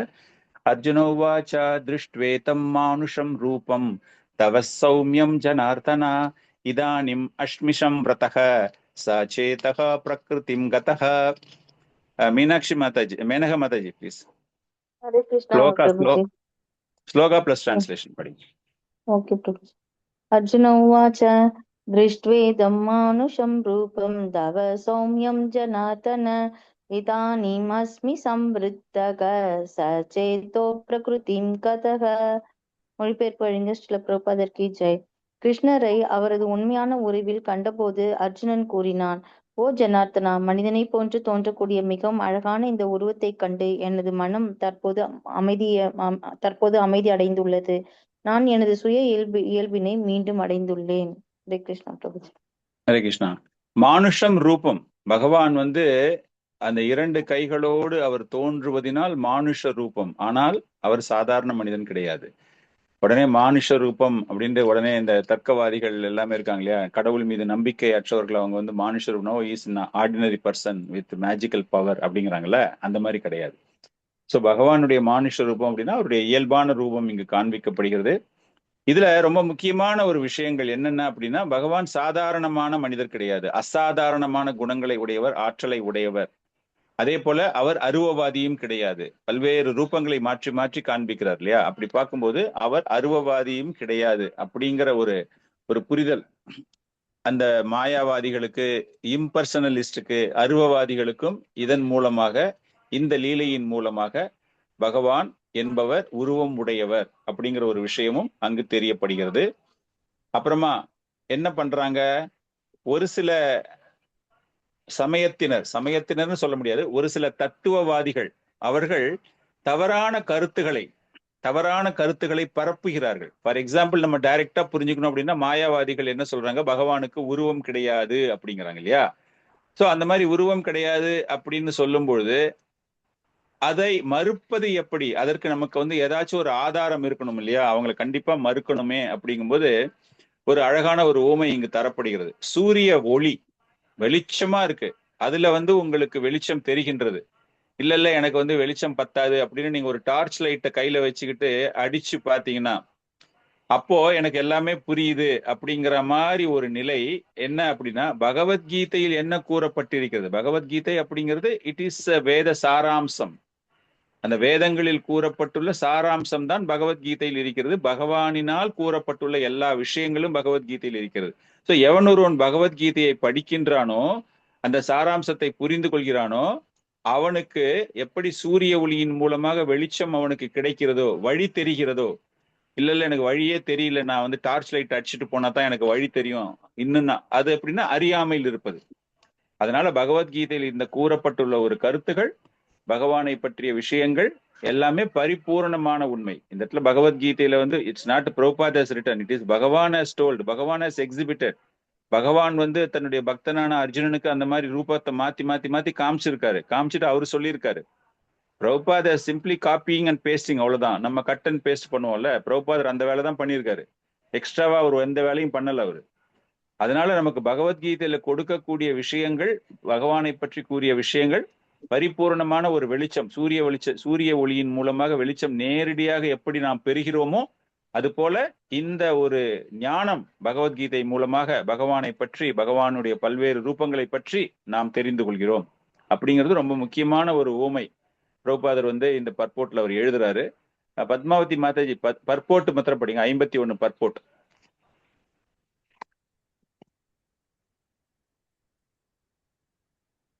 பிரபு நானு 51 பொருளுரை. Okay bro. இங்கே மானுஷம் ரூபம் என்னும் சொற்கள் புருஷோத்தமரான முழுமுதற் கடவுளின் மூல ரூபம் இரு கரங்களை உடையதே என்பதை தெளிவாக காட்டுகிறது. கிருஷ்ணரை சாதாரண மனிதராக எண்ணி ஏளனம் செய்பவர்கள்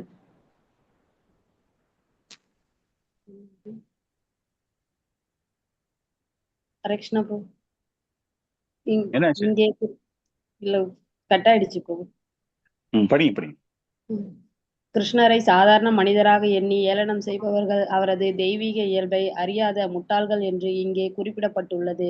கிருஷ்ணரை சாதாரண மனிதராக கருதினால் விஸ்வரூபத்தையும் அதன் பின்னர் 4 கரங்களுடைய நாராயண ரூபத்தையும் அவரால் எவ்வாறு காட்டியிருக்க முடியும்?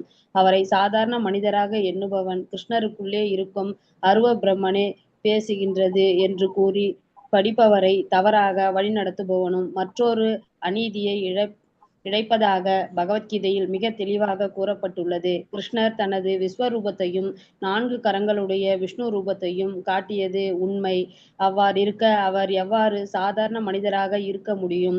தூய பக்தன் உண்மை என்ன என்பதை தெளிவாக அறிந்துள்ளதால் பகவத்கீதையின் மீதான தவறான கருத்துரைகளால் அவன் குழம்புவதில்லை. பகவத்கீதையின் மூல ஸ்லோகங்களை சூரியனை போன்று தெளிவானவை.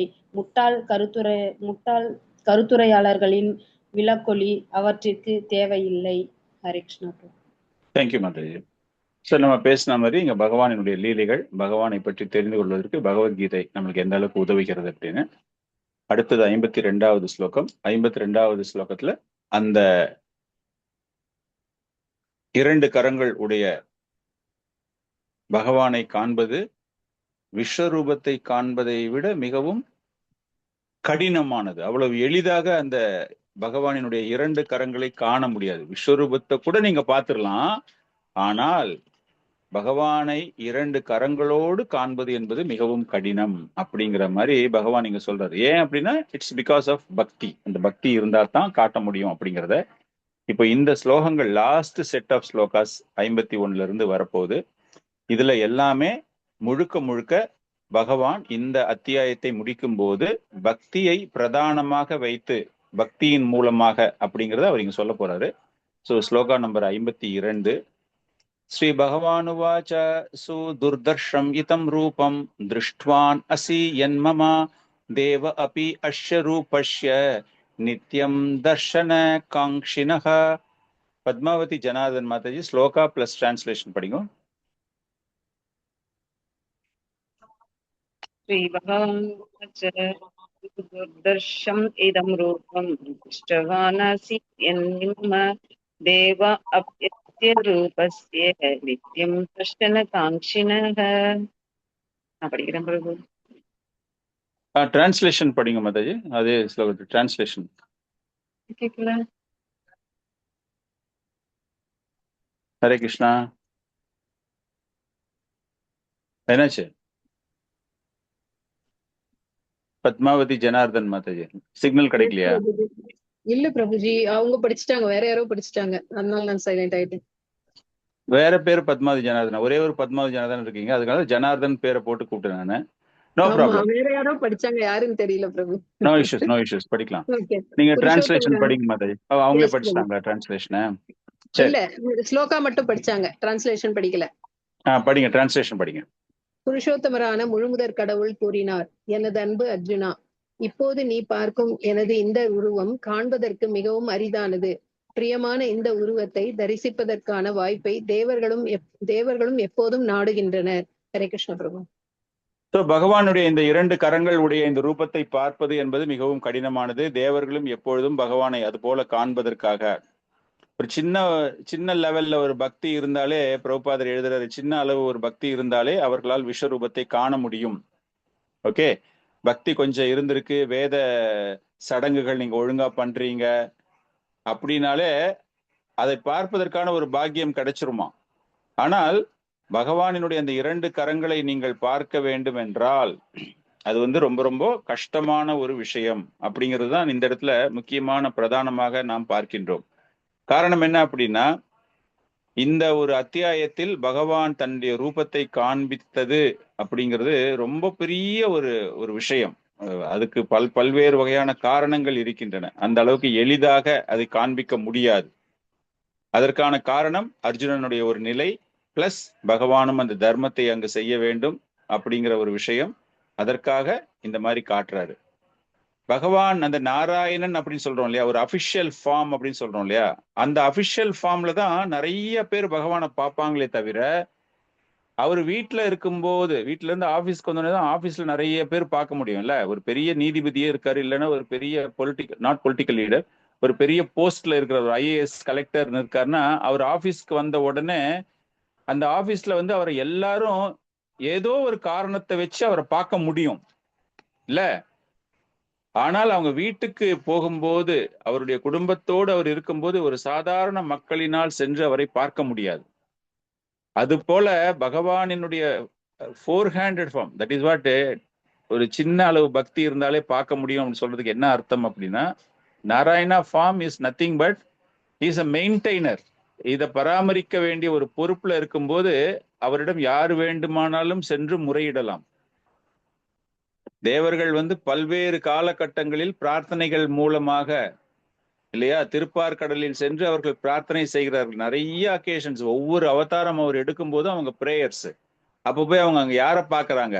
அவங்க பாக்குறது எல்லாமே யார அப்படின்னா, அந்த 4-handed ஃபார்ம்ல உள்ள பகவானை தான் பாக்குறாங்க. அந்த பிரார்த்தனையின் மூலமாக அவர்கள் அதை மிகவும் எளிதாக அவர்கள் செய்கிறார்கள்.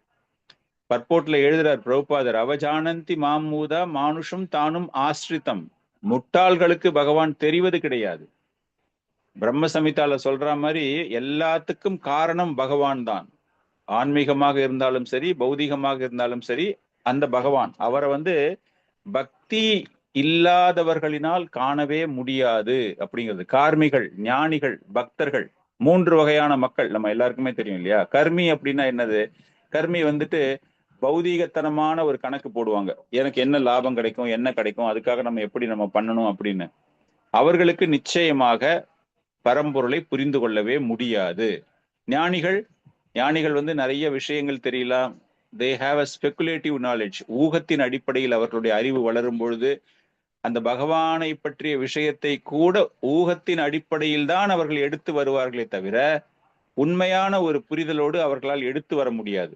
அதே பக்தர்கள் அப்படிங்கும்போது பக்தர்களுக்கு உண்மையான அந்த உருவம், பகவானை பற்றிய விஷயம் 4வது அத்தியாயத்துல நிறைய இல்லையா, உதாரணங்கள் கொடுக்குறாரு இல்லையா. எப்படி வரணும், நான் ஆதியில இருந்தேன், நான் தான் எல்லாமே, அதை எப்படி நீங்க தெரிந்து கொள்ள வேண்டும், இந்த உண்மையை எப்படி புரிந்து கொள்ள வேண்டும், ஆன்மீக ஆச்சாரியரை அணுகுங்கள், என்னுடைய லீலைகளை தெரிந்து கொள்ளுங்கள். அந்த மாதிரி பல்வேறு விஷயங்கள் அந்த 4வது அத்தியாயத்துல வந்து பகவான் கூறுகிறார் என்றால் அது எல்லாமே அந்த பக்தியின் மூலமாகத்தான் நம்மால் தெரிந்து கொள்ள முடியும் அப்படின்னு சொல்லிட்டு அடுத்த ஸ்லோகத்துல அந்த பக்தியினுடைய பெருமையை பற்றி இங்கு விவரிக்கப்படுகிறது. ஸ்லோகா நம்பர் 53. நாகம் வேதைர்ன தபசா நா தானேன நாசேஷயா ஷாக்ய ஏவம் விதோ திரஷ்டும் திருஷ்டாவான் அஷிமம் யதா. மாலினி மாதாஜி ஸ்லோகா பிளஸ் டிரான்ஸ்லேஷன் படிங்க. ஹரே கிருஷ்ணா பிரபு. நாஹம் வேதைர்ன தபசா நாதாசேன நாதேஷ்டயயா சக்யே ஏவம் விதோத்ரஷ்டும் திருஷ்டவான் அசிமாம் யதஹ. உனது தெய்வீக கண்களால் நீ காண்கின்ற இந்த உருவம் வேதங்களை கற்பதாலோ கடுந்தவங்களை செய்வதாலோ தானங்களை கொடுப்பதாலோ வழிபாடு செய்வதாலோ புரிந்து கொள்ளப்பட கூடியது அல்ல. என்னை உள்ளபடி உணர்வதற்கு இந்த வழிகள் உதவாது. ஹரே கிருஷ்ணா. சிம்பிள். பக்தி பகவானை பற்றி, பகவானுடைய மகிமைகளை பற்றி தெரிந்து கொள்ள வேண்டும், அவருடைய தோற்றத்தை பற்றி தெரிந்து கொள்ள வேண்டும் அப்படிங்கிறது ரொம்ப எளிது. யாருக்கு? பக்தர்களுக்கு, உண்மையாகவே அந்த பக்தியில வந்து வளருபவர்களுக்கு. அது அடுத்த ஸ்லோகத்துல ரொம்ப விவரமாக தரப்போறார் பகவான். அது போன்ற பக்தியில் இருப்பவர்களால் என்னை பற்றி புரிந்து கொள்ள முடியும், என்னை காண முடியும், எல்லாமே செய்ய முடியும் அப்படின்னு 4 ரூபங்களில் அந்த உதாரணம் பார்த்தோம். தேவகி வசுதேவனுக்கு தோன்றிய பிறகு அதன் பிறகு அவர் 2 கரங்களோடு மாறுகிறார். அந்த பக்தி அந்த தேவகியினுடைய ஒரு ஆசை, ஒரு பக்தனாக அவருடைய ஆசை. யாருக்கு ரொம்ப கஷ்டம் என்றால் இந்த பக்தி பாதையிலிருந்து விலகுபவர்களுக்கு. பக்தியே கிடையாது அவங்களுக்கு. அவங்க வந்து தத்துவவாதிகளாக இருந்தாலும் கூட அந்த தத்துவவாதிகள் தங்களுடைய உடலை பராமரிப்பதற்காக அந்த அறிவை பயன்படுத்துபவர்கள். அதனாலதான் பிரபுபாதர் சொல்றார் இல்லையா, இந்த மாதிரி ஸ்ரீமத் பாகவதம் அதெல்லாம் வந்துட்டு பணத்துக்காக, சப்தாகம் அப்படின்னு ஒரு நிகழ்ச்சி நடத்துதாங்க அப்படின்னா பணத்துக்காக எவ்வளவு பேரை கூட்டம் வர வைக்கலாம், எவ்வளவு காசு வாங்கலாம் அப்படிங்கிற மாதிரி. சோ அந்த மாதிரி செய்பவர்களுக்கெல்லாம் அது நிச்சயமாக பயனை தராது. அந்த பக்தியை புரிந்து கொள்ள முடியாது. கோயிலுக்கு நான் போறேன், ரெகுலரா நான் கோயிலுக்கு போறேன் அப்படிங்கும்போது அந்த கார்மிகள் நம்ம பார்த்தோம் இல்லையா, அந்த மாதிரி ஏதோ ஒரு பலன் நோக்கு செயலுக்காக ஆலயத்திற்கு செல்வதினாலும் பகவானை பற்றி புரிந்து கொள்ள முடியாது, பகவானுடைய ரூபத்தையும் பார்க்க முடியாது. சோ பக்தியினுடைய பெருமை. இதுக்கு அப்புறமா எப்படிப்பட்ட ஒரு பக்தி அப்படிங்கிறது 54வதுல, அதாவது நெக்ஸ்ட் ஸ்லோகத்துல கம்ப்ளீட்லி பகவான் கிருஷ்ணரை ஒருத்தர் புரிஞ்சுக்கணும் அப்படின்னா முழுக்க முழுக்க அந்த பக்தியை எவ்வளவு சிறப்பாக செய்ய வேண்டும் அப்படிங்கிற ஒரு விஷயம். இப்ப 53 பர்போட்டு வேதியப்பன் பிரபு பர்போட்டு படிங்க பார்க்கலாம். 53 பர்போட். கிருஷ்ணர் தமது பெற்றோரான தேவகி வசுதேவரின் முன்பு முதலில் 4 கரங்களை உடைய உருவத்தில் தோன்றினார். பின்னர் 2 கரங்களையுடைய உருவத்திற்கு தம்மை மாற்றிக்கொண்டார். நாத்திகர்களாலும் பக்தி தொண்டு அற்றவர்களாலும் இந்த ரகசியத்தை புரிந்து கொள்வது மிகவும் கடினம். ஏட்டுக்கல்வியில் பட்டம் பெறுவதற்காகவும் இலக்கண அறிவை வளர்த்து கொள்வதற்காகவும் வேத இலக்கியங்களை படிப்பவர்கள் கிருஷ்ணரை புரிந்து கொள்வது சாத்தியமல்ல. கோவிலுக்கு சென்று சடங்கினை போன்று வழிபாடு செய்பவர்களாலும் அவரை புரிந்து கொள்ள முடியாது. அவர்கள் கோவிலுக்கு விஜயம் செய்யலாம், ஆனால் கிருஷ்ணரை உள்ளபடி அவர்களால் புரிந்து கொள்ள முடியாது. அவரை பக்தி தொண்டின் பாதையினால் மட்டுமே புரிந்து கொள்ள முடியும். இது பின்வரும் பதத்தில் கிருஷ்ணராலேயே விளக்கப்படுகின்றது. ஹரே கிருஷ்ணா. ஹரே கிருஷ்ணா. சோ பக்தியை பற்றிய மிக உயர்ந்த ஒரு இட்ஸ் அ குளோரிபிகேஷன். எந்த விதமான எதிர்பார்ப்பும் அற்றாத அந்யாபிலாஷித சூன்யம் ஞான கர்மாதி சொல்றோம் இல்லையா, அந்த மாதிரி எந்த விதமான எதிர்பார்ப்பும் இல்லாத ஒரு பக்தியின் மூலமாகத்தான் என்னை புரிந்து கொள்ள முடியும், என்னை நேரடியாக பார்க்க முடியும், என்னோடு நேரடியாக எல்லா விதமான ரசங்களையும் அனுபவிக்க முடியும். இந்த ஒரு வழியில மாத்திரம்தான் என்னை பற்றிய அந்த உண்மைகள், என்னை பற்றிய பல்வேறு பிரமிக்கத்தக்க விஷயங்கள் புரிந்து கொள்ள முடியும். ஜன்ம கர்ம சமே திவ்யம் ஏவம் யோ வேதி தத்வதகான்னு சொல்றாரு இல்லையா, அந்த மாதிரி என்னை பற்றி புரிந்து கொள்ள வேண்டும் என்றால் முக்கியமாக விஷயங்கள் நமக்கு வந்து நிறைய பக்தி, அந்த பக்தியின் மூலமாகத்தான் தெரிய வேண்டும். இதுல என்ன அப்படின்னா ஒரு குறிப்பிட்ட ஒரு முறையின் மூலமாகத்தான், வேற எந்த முறை, டிஃப்ரெண்ட் ப்ராசஸ் அப்படின்னு சொல்றோம் இல்லையா. ஸோ பகவானை ஒருத்தர் தெரிஞ்சுக்கிறாங்க அப்படின்னா that can be understood only by a particular process. அந்த பர்டிகுலர் ப்ராசஸ் தான் பக்தி. கர்மா லெவல்ல நீங்க வந்து பண்றீங்க, கர்ம யோகி நீங்க, கர்ம யோக லெவல்ல. இப்போ வந்து பகவான் இந்த ஒரு சாப்டர் மூலமா ஆணித்தரமாக அந்த பக்தியை பற்றி பேசுகிறார். ஸோ ஒரு கர்ம யோக லெவல்ல நீங்க வந்து போனீங்க அப்படின்னா உடல் ரீதியாக it is at a physical level. வேதம் படிக்கிறீங்க, தவம் இருக்கிறீங்க, நீங்க தானம் நிறைய கொடுக்குறீங்க, நிறைய யாகங்கள் பண்றீங்க. ஆனா உங்களுடைய இதயம் அதுல எங்கேயாச்சும் கலந்திருக்கிறதா, அந்த இதயபூர்வமான ஒரு புரிதல் உங்களுக்கு ஏற்படுகிறதா அப்படிங்கன்னா நிச்சயமா கிடையாது. அனன்யய இந்த இந்த ஒரு பதம், முக்கியமான ஒரு பதம் இந்த ஸ்லோகத்துல. அனன்யய அப்படின்னா உங்களுடைய இதயம் நீங்க செய்யக்கூடிய காரியங்களில் அது முழுமையாக ஈடுபடுவது கிடையாது. கர்மகாண்டிஸ் பண்றாங்க அப்படின்னா அவங்க என்ன, கண்டிப்பா அவங்களுக்கு வந்து அவங்களுக்கு ஒரு பலன் கிடைக்கணும் அப்படிங்கிற மாதிரி ஒரு லெவல். ஸோ அந்த purity of heart is missing here. ஞான யோகி அப்படின்னா கற்றறிந்தவர், அந்த மாதிரி ஒரு லெவலுக்கு தான் அவங்க போவாங்களே தவிர முழுமையான அந்த இதயபூர்வமான பரிமாற்றம் அங்க கிடையாது. ஒரு யோகி, அஷ்டாங்க யோகி எடுத்துக்கிறீங்க, ஹத யோகி நீங்க எடுக்கும்போது அவருக்கு மனதளவில் அந்த அந்த சமாதி நிலைக்கு அடையும் பொழுது அந்த மனதளவில் அந்த இதயபூர்வமான அந்த பரிமாற்றம் அவருக்கும் அங்கு கிடையாது.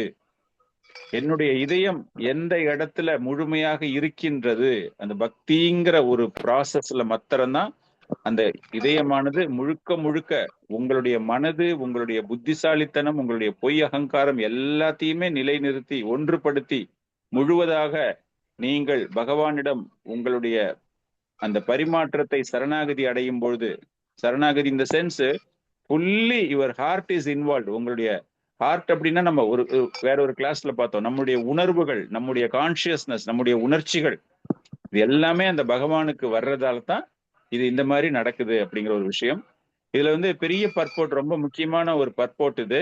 So we will try to read this purport. நிறைய இருக்கிறதால multiple students can read this purport. நான் சொல்றேன்.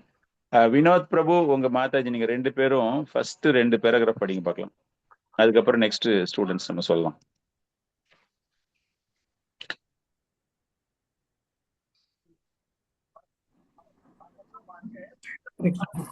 கலப்படமற்ற பக்தி தோன்றினால் மட்டுமே கிருஷ்ணரை புரிந்து கொள்ள முடியும். இக்கருத்தினை அவர் இந்த ஸ்லோகத்தில் மிகவும் குறிப்பாக விளக்குகிறார்.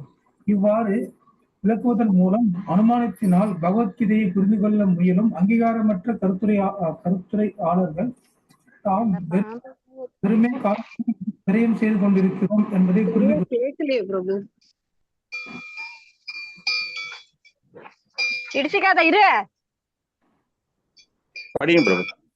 கிருஷ்ணரையோ அவர் தமது பெற்றோரிடமிருந்து 4 கரங்களுடைய உருவில் தோன்றி உடனே 2 கரங்களுடைய உருவமாக தம்மை எவ்வாறு மாற்றிக்கொண்டார் என்பதையோ எவராலும் புரிந்து கொள்ள முடியாது. இத்தகைய விஷயங்களை வேதங்களை படிப்பதாலோ தத்துவ அனுமானத்தினாலோ புரிந்து கொள்வது மிகவும் கடினம். எனவே இந்த விஷயங்களில் உண்மையினுள் நுழைவதோ அவரை காண்பது எவராலும் இயலாது என்று இங்கே மிக தெளிவாக கூறப்பட்டுள்ளது. இருப்பினும் வேத இலக்கியத்தில் மிகுந்த அனுபவம் வாய்ந்த மாணவர்கள் வேத இலக்கியங்களின் மூலம் அவரை பற்பல வழிகளில் அறிய முடியும். பல்வேறு விதிகளும் கட்டுப்பாடுகளும் உள்ளன. ஒருவன் கிருஷ்ணரை புரிந்து கொள்ள விரும்பினால் அங்கீகரிக்கப்பட்ட இலக்கியங்களில் கொடுக்கப்பட்டுள்ள கட்டுப்பாட்டு விதிகளை கடைபிடிக்க வேண்டும். அத்தகைய கொள்கையின் அடிப்படையில் ஒருவன் தாம் புரியலாம். உதாரணமாக, தீவிரமான தவங்களை மேற்கொள்ள கிருஷ்ணர் தோன்றிய நாளான ஜென்மாஷ்டமி என்று 2 ஏகாதசி தினங்களிலும், பௌர்ணமிக்கு பின்வரும் 11வது நாள், அமாவாசைக்கு பின்வரும் 11வது நாள் விரதம் இருக்க வேண்டும். தானத்தை பொறுத்தவரை கிருஷ்ணரை தத்துவத்தினை, கிருஷ்ண உணர்வினை உலகெங்கும் பரவதற்காக கிருஷ்ணரின் தொண்டில் ஈடுபட்டுள்ள கிருஷ்ணர் பக்தர்களுக்கு அளிக்கப்பட வேண்டும் என்பதை தெளிவு. கிருஷ்ண உணர்வு இச்சமூகத்திற்கு ஒரு மிகப்பெரிய வரப்பிரசாதம் ஆகும். தானம் வழங்குவர்களிலேயே மிகவும் கருணை வாய்ந்தவர் என்று பகவான் சைத்தன்யரை ரூப கோஸ்வாமி பாராட்டுகிறார். ஏனெனில் எளிதில் அடைய முடியாத கிருஷ்ண பிரேமையினை அவர் அனைவருக்கும் தாராளமாக விநியோகித்தார். எனவே எவரேனும் தனது பணத்தில் ஒரு சிறு பங்கினை கிருஷ்ண உணர்வினை விநியோகிப்பதில் ஈடுபட்டுள்ள தவறுகளிடம் கொடுத்தால் கிருஷ்ணர் உணர்வினை பரப்புவதற்காக கொடுக்கப்பட்ட அந்த தானம் உலகிலேயே மிகச் சிறந்த தானமாக கருதப்படுகிறது. மேலும் ஆலய வழிபாட்டினை இந்தியாவில் உள்ள கோயில்களிலும் பெரும்பாலும் விஷ்ணு அல்லது கிருஷ்ணருடைய விக்கிரகங்கள் இருக்கின்றன. விதிமுறைப்படி மேற்கொள்பவன் பரம புருஷ பகவானுக்கு மரியாதையுடன் வழிபாடு செய்வதால் முன்னேறுவதற்கான வாய்ப்பை பெறுகிறார். இறைவனின் பக்தி தோன்றின் ஆரம்ப நிலையில் இருப்பவர்களுக்கு ஆலய வழிபாடு அத்தியாவசியமானதாகும். இது வேத இலக்கியத்திலும் ஸ்வேதாஸ்வர உபனிஷத் 6:23 உறுதிப்படுத்தப்பட்டுள்ளது. எஸ்ய தேவா பராபக்தி யதாதேவ ததா அகுரோ தஸ்யை கதிதா பிரகாசந்தே மகாத்மனஹ. எவனொருவன் ஆன்மீக குருவினால் வழிநடத்தப்பட்டு முழுமுதற் கடவுளிடம் நிலையான பக்தியையும் அதே போன்ற அசையாத நம்பிக்கையை ஆன்மீக குருவிடம் வைத்திருப்பவனும் முழுமுதற் கடவுள் தன்னை வெளிப்படுத்துகிறார். அப்போது அவனால் அவரை காண முடியும். கிருஷ்ணரை அனுமானத்தின் மூலம் புரிந்து கொள்ள இயலாது. அங்கீகரிக்கப்பட்ட ஆன்மீக குருவின் கீழ் முறையான பயிற்சி பெறாதவன் கிருஷ்ணரை புரிந்து கொள்ள தொடங்குவது கூட அசாத்தியமே. கிருஷ்ணரை புரிந்து கொள்ள வேறு எந்த வழிமுறையையும் உபயோகிக்க முடியாது, பரிந்துரைக்க முடியாது. மேலும் அவை வெற்றியை கொடுக்காது என்பதை விசேஷமாக குறிக்க இங்கே து எனும் சொல் உபயோகிக்கப்பட்டுள்ளது. Okay Mataji. Sasikala Mataji, Sivakami Mataji, next 2 paragraph படிங்க. ஹரே கிருஷ்ண பிரபு. 2 கரங்களுடனும் 4 கரங்களுடனும் இருக்கும் கிருஷ்ணருடைய தனிப்பட்ட உருவங்கள் காண்பதற்கு மிகவும் அரிதானவை, சுதுர்சனம் என்று விளக்கப்பட்டுள்ளன.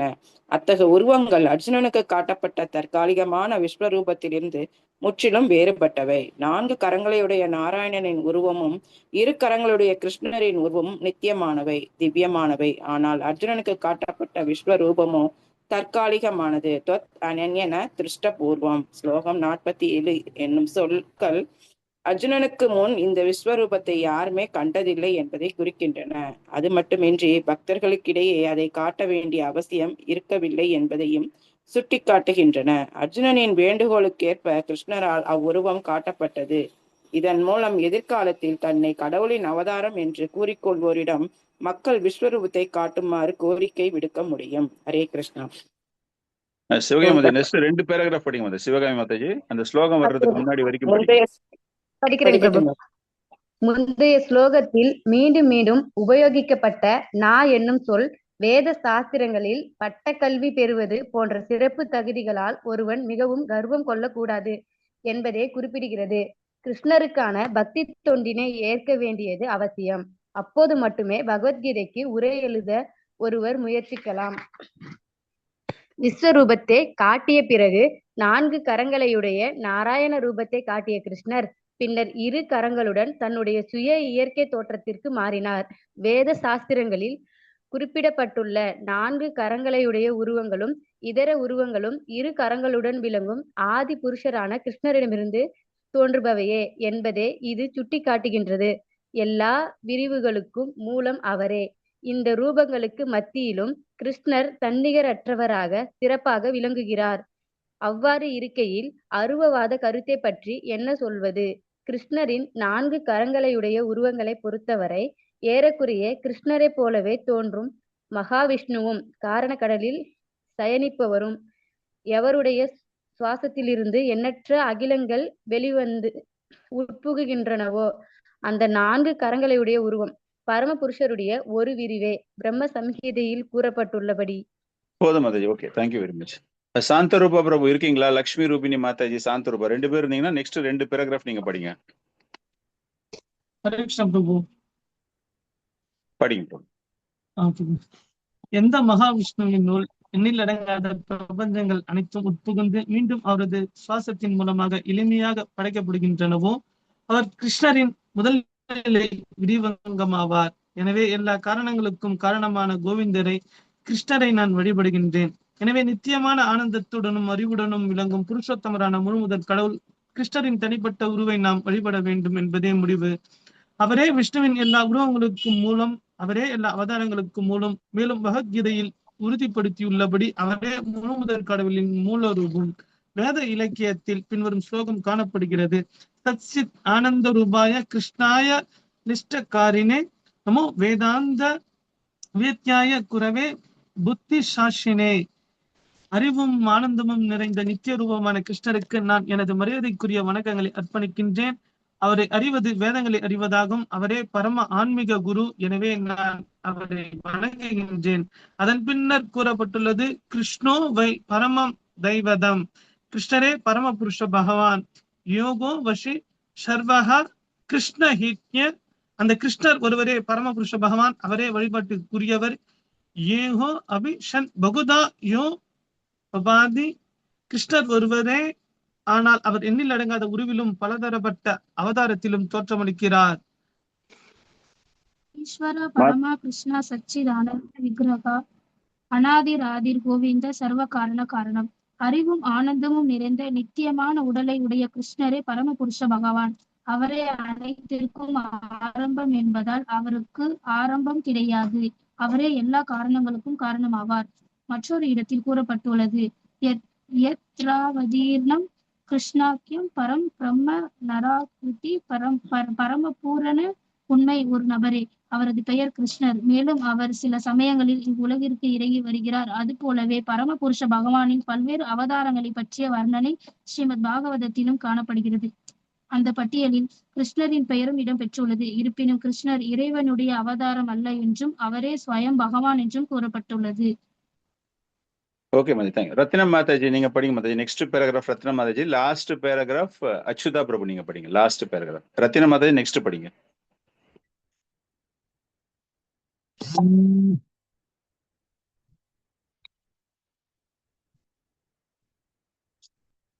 ரத்னம் மாதாஜி இல்லையா?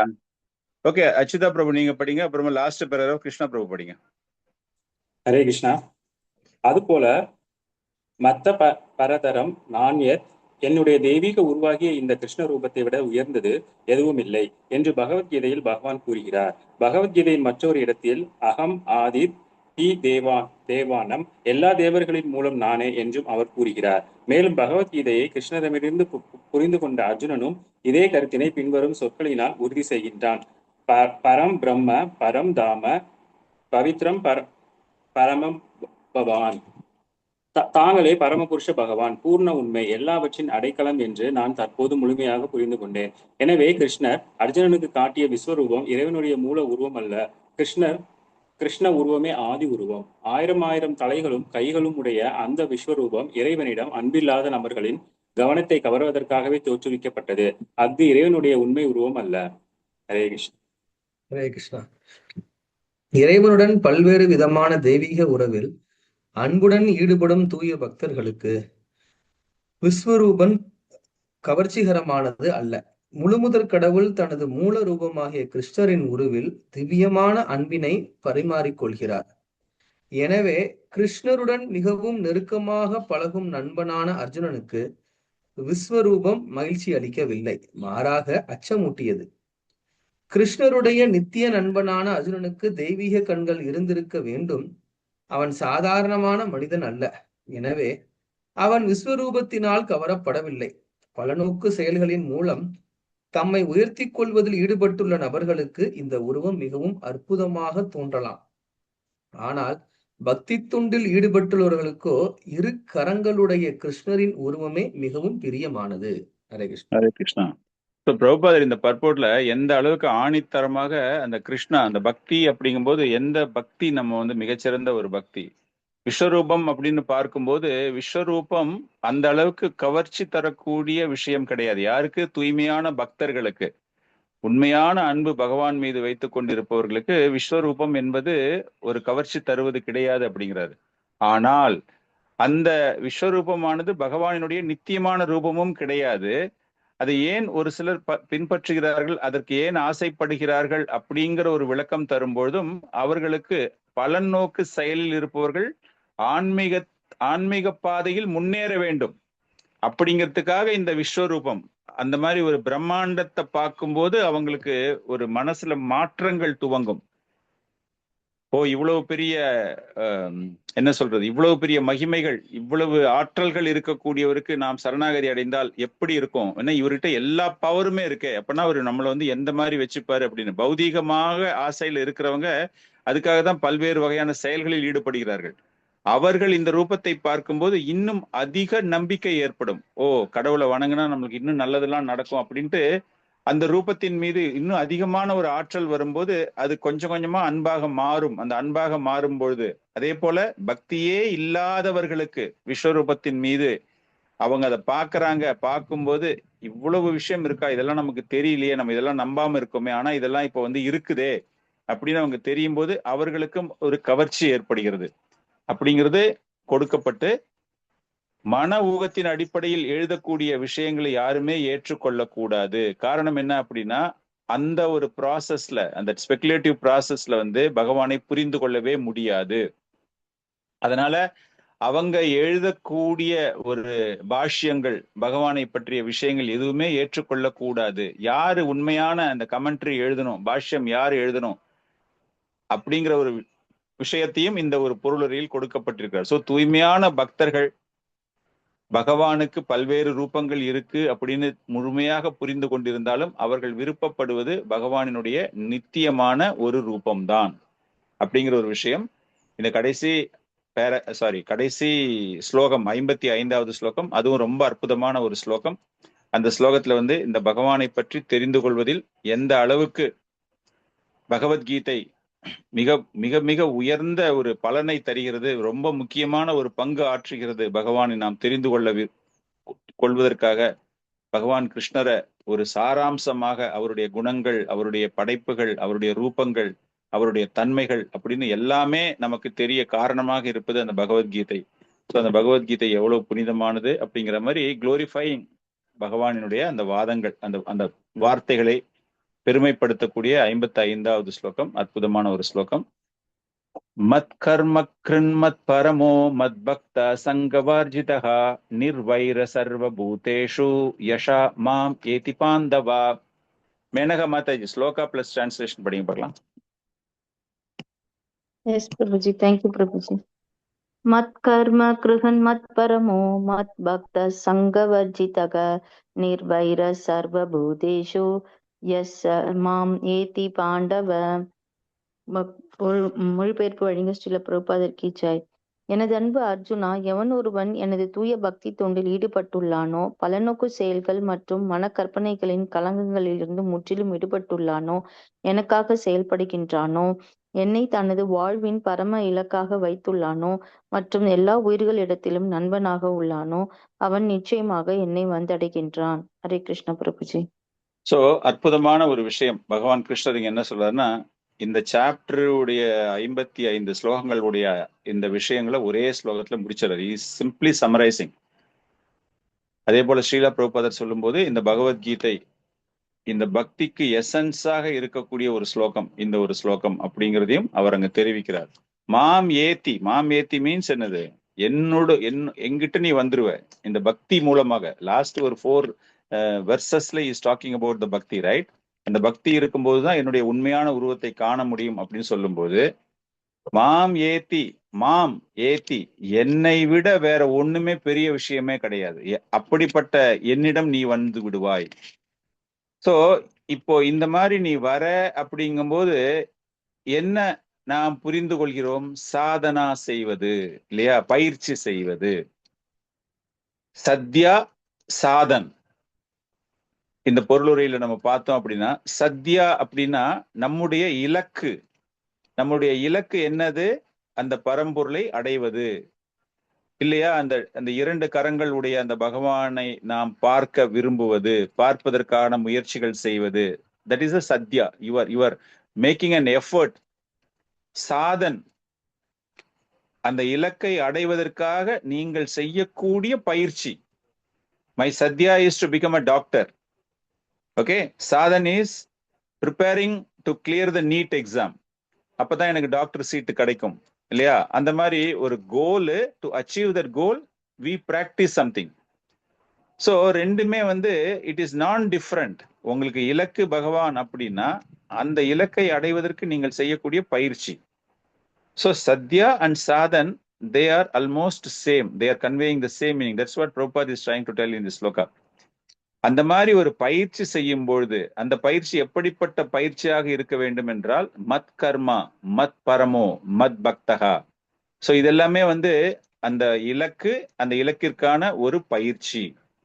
இதெல்லாம் நம்ம செஞ்சோம் அப்படின்னா டிஃப்ரெண்ட் லெவல்ஸ். டிஃப்ரெண்ட் லெவல்ஸ்ல நம்ம இதுதான் வந்து ஃபுல்லா இந்த ஸ்லோகத்துல வந்துட்டு நிறைய பெரிய பர்போட்டது. ஒவ்வொரு ப்ராசஸா வந்துட்டு இஸ் எக்ஸ்பிளைனிங், பிரபுபாதர் இஸ் எக்ஸ்பிளைனிங்.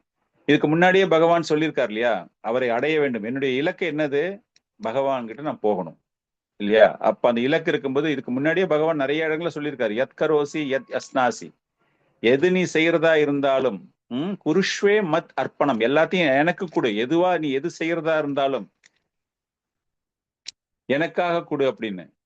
ஆனால் இங்க என்ன சொல்றாரு, இந்த இடங்கள்ல 9th சாப்டர்ல எல்லாம் என்ன சொல்றாரு, you have to do the work for me, நீ வேலை செய்யு, எல்லாத்தையுமே நீ செய்யும் போது பகவானுக்காக நீ செய். பக்தி விக்கிரக வழிபாடு நீ செய்றியா, மத் கர்மக்ரின், மத் கர்மக்ரின் means deity worship, service for Krishna. Deity worship அப்படின்னா என்னது, பகவானுடைய அந்த விக்கிரகங்களுக்கு நாம் வழிபாடு செய்யும் போது பகவானுக்கு நாம் சேவகம் செய்கிறோம்.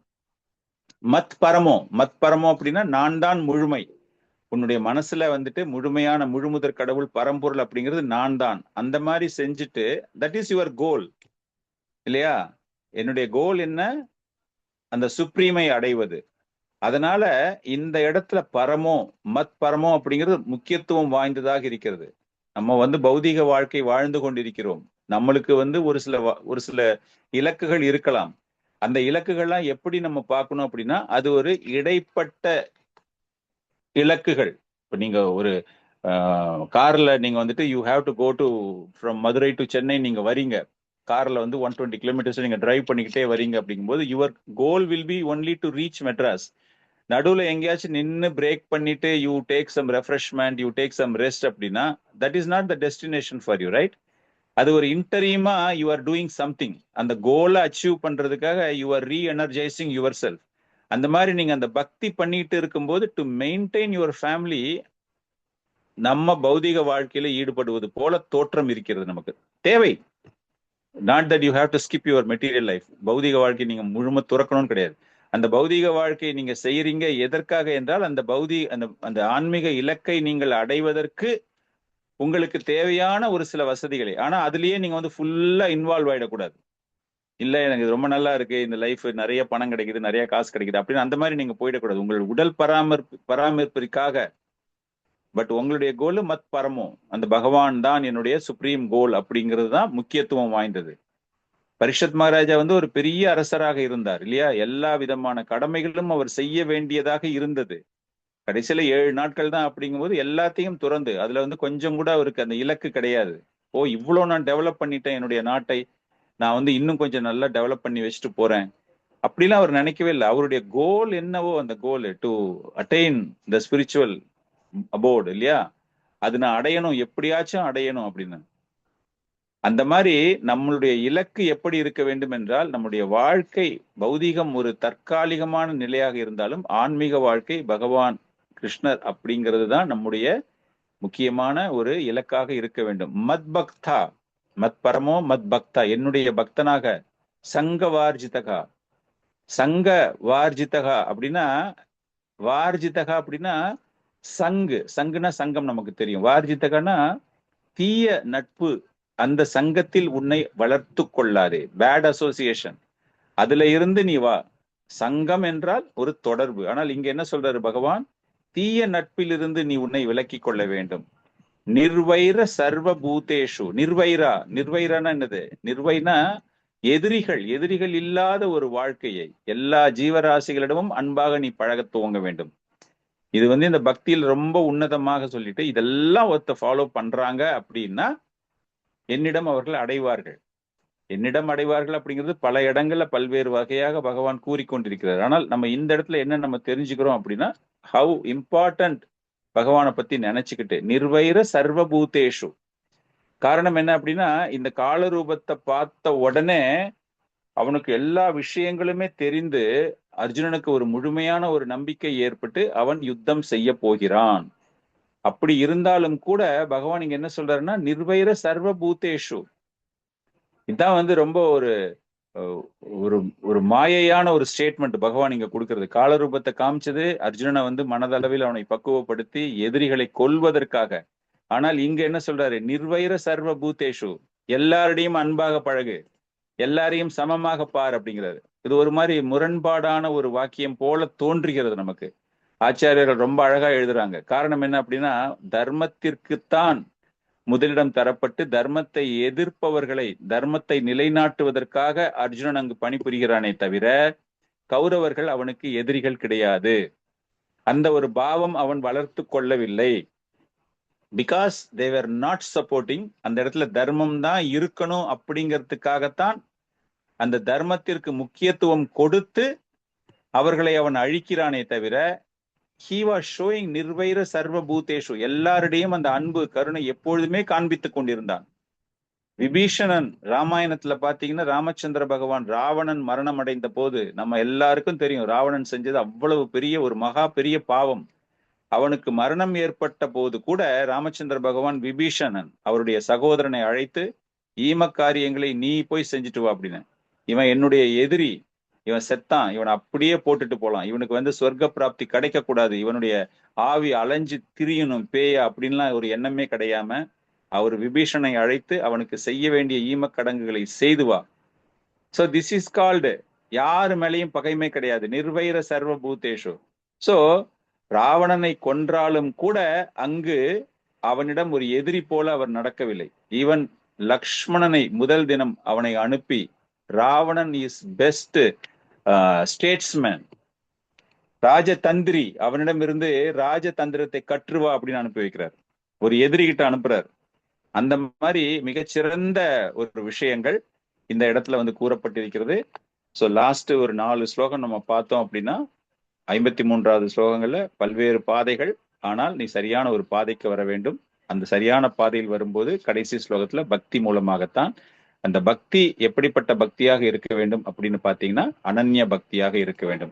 சோ இந்த விஷயங்கள் தான் கம்ப்ளீட்டா பகவத்கீதையில் கொடுக்கப்பட்டிருக்கிறது. மத் கர்மா கிருத் மத் பரமோ மத் பக்தா சங்க வார்ஜிதகா நிர்வைர சர்வ பூதேஷு. முக்கியமான இந்த 4-5 செயல்களும் தான் அனன்ய பக்திக்கு எந்த விதமான எதிர்பார்ப்பும் இல்லாமல் நீங்கள் அனன்ய பக்தி நீங்கள் பெருகிக் கொள்கிறீர்கள். மத் கர்மகிருத், செய்யக்கூடிய செயல்கள் எல்லாமே பகவானுக்காக நாம் செய்ய வேண்டும் அப்படிங்கிற ஒரு விஷயம்தான். சோ இந்த பக்தி தொண்டு அப்படிங்கிற விஷயம் நம்ம எல்லாருக்குமே தெரியும். அந்த 9 வகையான விஷயங்கள், ஸ்ரவணம், கீர்த்தனம், விஷ்ணு ஸ்மரணம், பாத சேவனம், அந்த 9 வகையான விஷயங்கள், அந்த 9ஐயும் பயன்படுத்தியது மகாராஜ் அம்பரீஷ் அவர்கள். பட் ஒவ்வொரு இதுக்கும் ஒவ்வொரு, பரீட்சத் மகாராஜா எப்படி, சுகதேவ கோஸ்வாமி, பிரகலாத் மகாராஜா, லக்ஷ்மி தேவி எப்படி எல்லாருமே ஒவ்வொரு சேவகத்தில் தங்களை முதன்மைப்படுத்தி கொண்டார்களோ அந்த மாதிரி முதன்மைப்படுத்தி கொண்டார்கள்.